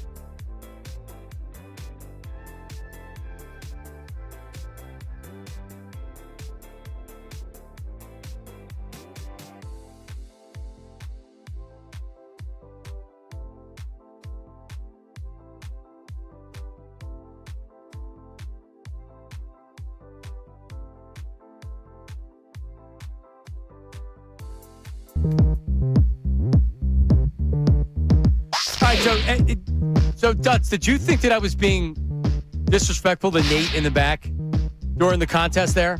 I don't know. It's touch and go because I know the phones freeze up. So when you tell them to put someone on quick, it's kind of hard because the whole thing just stops going. Right. But he writes on this call screener because I see it now. Nate's got to understand when I'm on the air and we don't have any call, we're trying to do a contest and everybody has called, and now we're on a delay. So now I'm giving the number to say, hey, all the lines are now free. Yeah. That everybody's going to call at once, but it's not going to happen for 30 seconds. So now I'm trying to stall to where we can get a phone call, and I'm seeing callers call in, and I see somebody on hold. I need that caller up immediately. And if the phone is frozen and he can't do anything about it, so what he types up is he says, the phone's freeze with multiple callers, relax. Oh, there's no relaxing, Nate. That's where you're wrong. Negative, Nate. Negative, Nate. Here's what he should have put. He should have put, sorry, the phone freezes up with multiple callers, because I don't know that. Don't put relax. Dude, you have no idea what it's like to be live on the air where I'm staring at a caller that you have on hold. It would have been so much better if he put R-E-L-A-X. That would have been even better. But he actually added to the program because the comment pissed me off. Yeah, there it is. There's there. Nate, as he just did it. Nice work, Nate. Negative, Nate. Oh, so good. And by the way, we're going to save the parody song for tomorrow when Ray's back. Because Ray won't know what to do. Ray has no context of what we're doing. Yeah. Which will be better. That's good stuff there, and a perfect segue, too. That voice memo. Yeah, what do we got? We got something else. All right, so again, if you don't know this, you can text us on the text line 610-632-0975. But you can also text us your voice text. The same number, but you just do it. If you don't know how to do it, Google it. But just text us. So here's one of them. Ray from Northern Liberties, professional button pusher. Really right. excited to get a chance to talk to you guys this way. Really great you guys doing these voice memos. Just landed, getting myself from the airport home, and I'm just expecting an absolute love fest for the American hero that is Aaron Nola. For all I heard about Nola, and personally, I'm offended. I'm 50% Italian and 100% an Aaron Nola supporter, and all I had to hear about were these offensive meatball jokes for the last month. All he does is put America on its back after the stupidity that played out over this week. Nola goes out there, another scoreless outing for Nola. Start counting them. Had the scoreless outing in the game. All right, this isn't an Instagram reel, Ray. Oh, by the way, the only postseason game they won in 2025. All right, I've had enough. Turn it off. I've had enough. Gong them. Yeah, we need Bang to gong when it's too long. Yeah, like Ray, see, here's the thing. He's out of town, so he doesn't realize how it is now. We no longer care about the WBC, and we were kind of rooting for the team to lose. So Aaron Nola actually didn't do us a favor. Some people say he saved America. Other people will say, who gives a damn about the Team USA and the World Baseball Classic? So good. That's what I say, at least. It's great to hear, Ray, and looking forward to having him back tomorrow. Everybody else did a great job. Not saying that, but... yeah, the whole crew will be reunited tomorrow. Yeah. That's good. Time for the YouTube chat recap. Hit me! It's time for the YouTube chat recap. How about filling us in? Let me tell you something else, man. Watch us live on YouTube every single weekday. I can't lie. Let me tell you something. It's the Middays with Marks YouTube chat recap. All right, what do we got? Hit it. Brandon looks like he sleeps upside down. Marv from the YouTube chat. So, Marv, you're right. Wow. But just so everybody does know, he has beautiful hair, and he styles it like that. I just get it. I just got it now. I was so confused when I first had. I was like, "What does that mean?" You're a vampire. Yeah. Yep, I got it now. Thanks. Beautiful hair. He has beautiful hair. It looks like a bird's nest. Wow, that's a throwback there. It is Thursday. He uses product in his hair to look like that. That's not bedhead. No, there's too much hair for him to. That's a big risk. Just rolling in with bedhead. I'm getting my hair cut tomorrow, and I'm officially at the point where it's just going to look like I stuck something in a socket, an electrical socket. Yeah, you're getting a lot, of play on the YouTube chat. Yeah. It's not that bad. Come on. Well, I think it looks That good. ain't that bad. I think it looks good. I don't care. The poof. Dude, if I let my hair grow 2 weeks, it's down to like my mouth. Oh, yeah. That's what happens. Yeah. I have that problem, too, on my back. Yeah, me too. Yeah, my hair's looking good today. All right, what's next? Sixers are about to get slapped worse than Sean Brace after he gets home, and his wife asks, "Who's Bridget?" Dawood Spriggs from the YouTube chat. Who's Bridget Brace? I can't believe I was getting slapped. That's good. Bridget Brace is Bill Colarulo's wife. It seems like everybody's wife likes Sean. Everybody from the air staff. Nice. So John Kincaid's wife was raving about Sean. Raving. Bridget Colarulo had said that Sean is her favorite. Oh, we and like they that. have soothing voices. Very nice. I'm happy that she listens to this show. She loves it. Very good. I heard that she likes it better than her husband. Oh, hey now. All right, so here's the question. Power rankings of her hosts at the Fanatic. Is Sean Brace over Bill Colarulo? And where's Ricky Batalco? Because I heard that Ricky Batalco is not in her top 5. Wow. Well, they argue a lot. I can't confirm it. Bill and Ricky argue. They do. Yeah, so it's tough. All right, what's next? Dutz was supposed to be a field trip to the zoo, but his mom forgot to sign the permission slip, so he wandered into the building. If Bayless from the YouTube chat. Fun fact, my first time here when I was 19 for FanFest, I couldn't go because I wasn't 21 and they drink there. So Silvana, when she first started on the best show ever at the time, said that I'll sign your permission slip if you need me to. So there you go, throw back to that. And you just turned 21 a couple months ago. I was in October. October. Yeah. Just turned 21. Yep. That's amazing. You want to get a beer? Well, that Ray tells the story. He asked me if he wanted to go out and get a beer, and Dutz is like, I'm not 21 on my yet. first day, this guy's like, what am I supposed to tell him? I'm 19. I just sat there like I didn't say anything. You didn't go, did you? No, we still haven't gone yet. All right. Ray, listen, Ray's too busy. He's in Alabama. He's in Florida. The guy's everywhere. Yeah, he's got the older women that he's hanging out with. I actually had a beer with Ray at Xfinity Live. No, Stateside Live. I'm sure he gets very talkative after a couple of cold ones. Crushed it.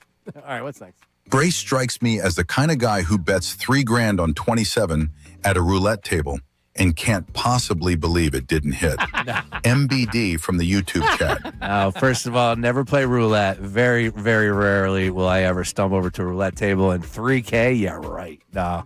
But those guys that when their number doesn't hit, all right, you might have had 10. You might have had 10 money on 10 numbers. There's still 30. How many? Roulette's a way to kill time, but it's not a game of skill. Let's put it that way. It's just a game of luck. So if I go to a blackjack table and I'll win a couple $100, I'll go to roulette just so I don't lose it back in blackjack, and I'll put some money on the numbers and mess around a little bit with I it. lose That's about everything on roulette. And eventually you do. And I know a lot of people come at me. Yes, all games have a lot of luck in it. I get it. But there is skill involved with craps and blackjack too. All right, what's next? Is there even a 1% chance A.J. Brown holds out? Reports to voluntary and mandatory camps and workouts? Training camp? I hope this doesn't get messy because I want A.J. to be an Eagle. Terrell from Philly. Well, I just want A.J. to be happy. And he's going to be happy somewhere else. You know what, Sean? 95% A.J. Brown is being traded. You're now 95. I topped you. I'm holding at 90. Holding steady. 95%. Won't move it. Is that it? YouTube chat recap. Good job. Yeah, Dutz. Nice That was work. a good one. Yeah, all the guys filling in this week did a good job. We appreciate it. Ray will be back tomorrow, as he's already landed. And Trish did a great job too. Trish did a great job. Power rank Nate. them. Power rank them. By the job that they did this week. Nothing more than that. Trish, Dutz, Nate. Oh, Trish in the 1 seed. Yeah, Dutz has got a ways to go before we're talking about Trish. Trish is But very Dutz natural. did a good job. And, very natural. And if Dutz would have mouthed off and typed in relax, he would have been fourth. There would have been no second. There you go, you rat. Back there. By the way. Negative Nate. Negative Nate. You see how we need just one? We can have the longer one, but we need just one so we can hit it. Yeah, because I got to hit it real fast. Yeah. And it's clean if we just do negative Nate. We got new entries up here, apparently. Just a blower. Yeah. and this one? I like feeling it in my hands, and now I'm on the board. I didn't know this. I got my own soundboard. There's a couple things that you said that today needed a pause, but you didn't realize it. So I just let you go. I'm a blower, man. He just blew right past that one, too. Just straight. He didn't even realize. I was laughing back there here. was 3 or 4 things today where I was like, you got to have a blower, kids. You got to have a blower. Blower? I have one. It's a battery-powered one, too, and it's very good. It is very good. I'm looking for the because I got to. So I'm looking at the boat show. All right, so the boat show, we gave out the tickets earlier. Yeah. Taking place this weekend, March 13th through the 15th at the Expo Center up in Oaks. Love it. Hundreds of boats are ready for delivery. Saltwater fishing boats, pontoon boats, ski boats, bass boats, and more. PhillyBoatShow.com. The guys are coming up next. See you. Now on 97.5 The Fanatic Sports Update. Will the Eagles make a splash? I'm Brandon Dust, and this update is brought to you by Morganstone Medical. This month at Morganstone Hair Restoration, they're including a free Alma-Ted treatment with your procedure.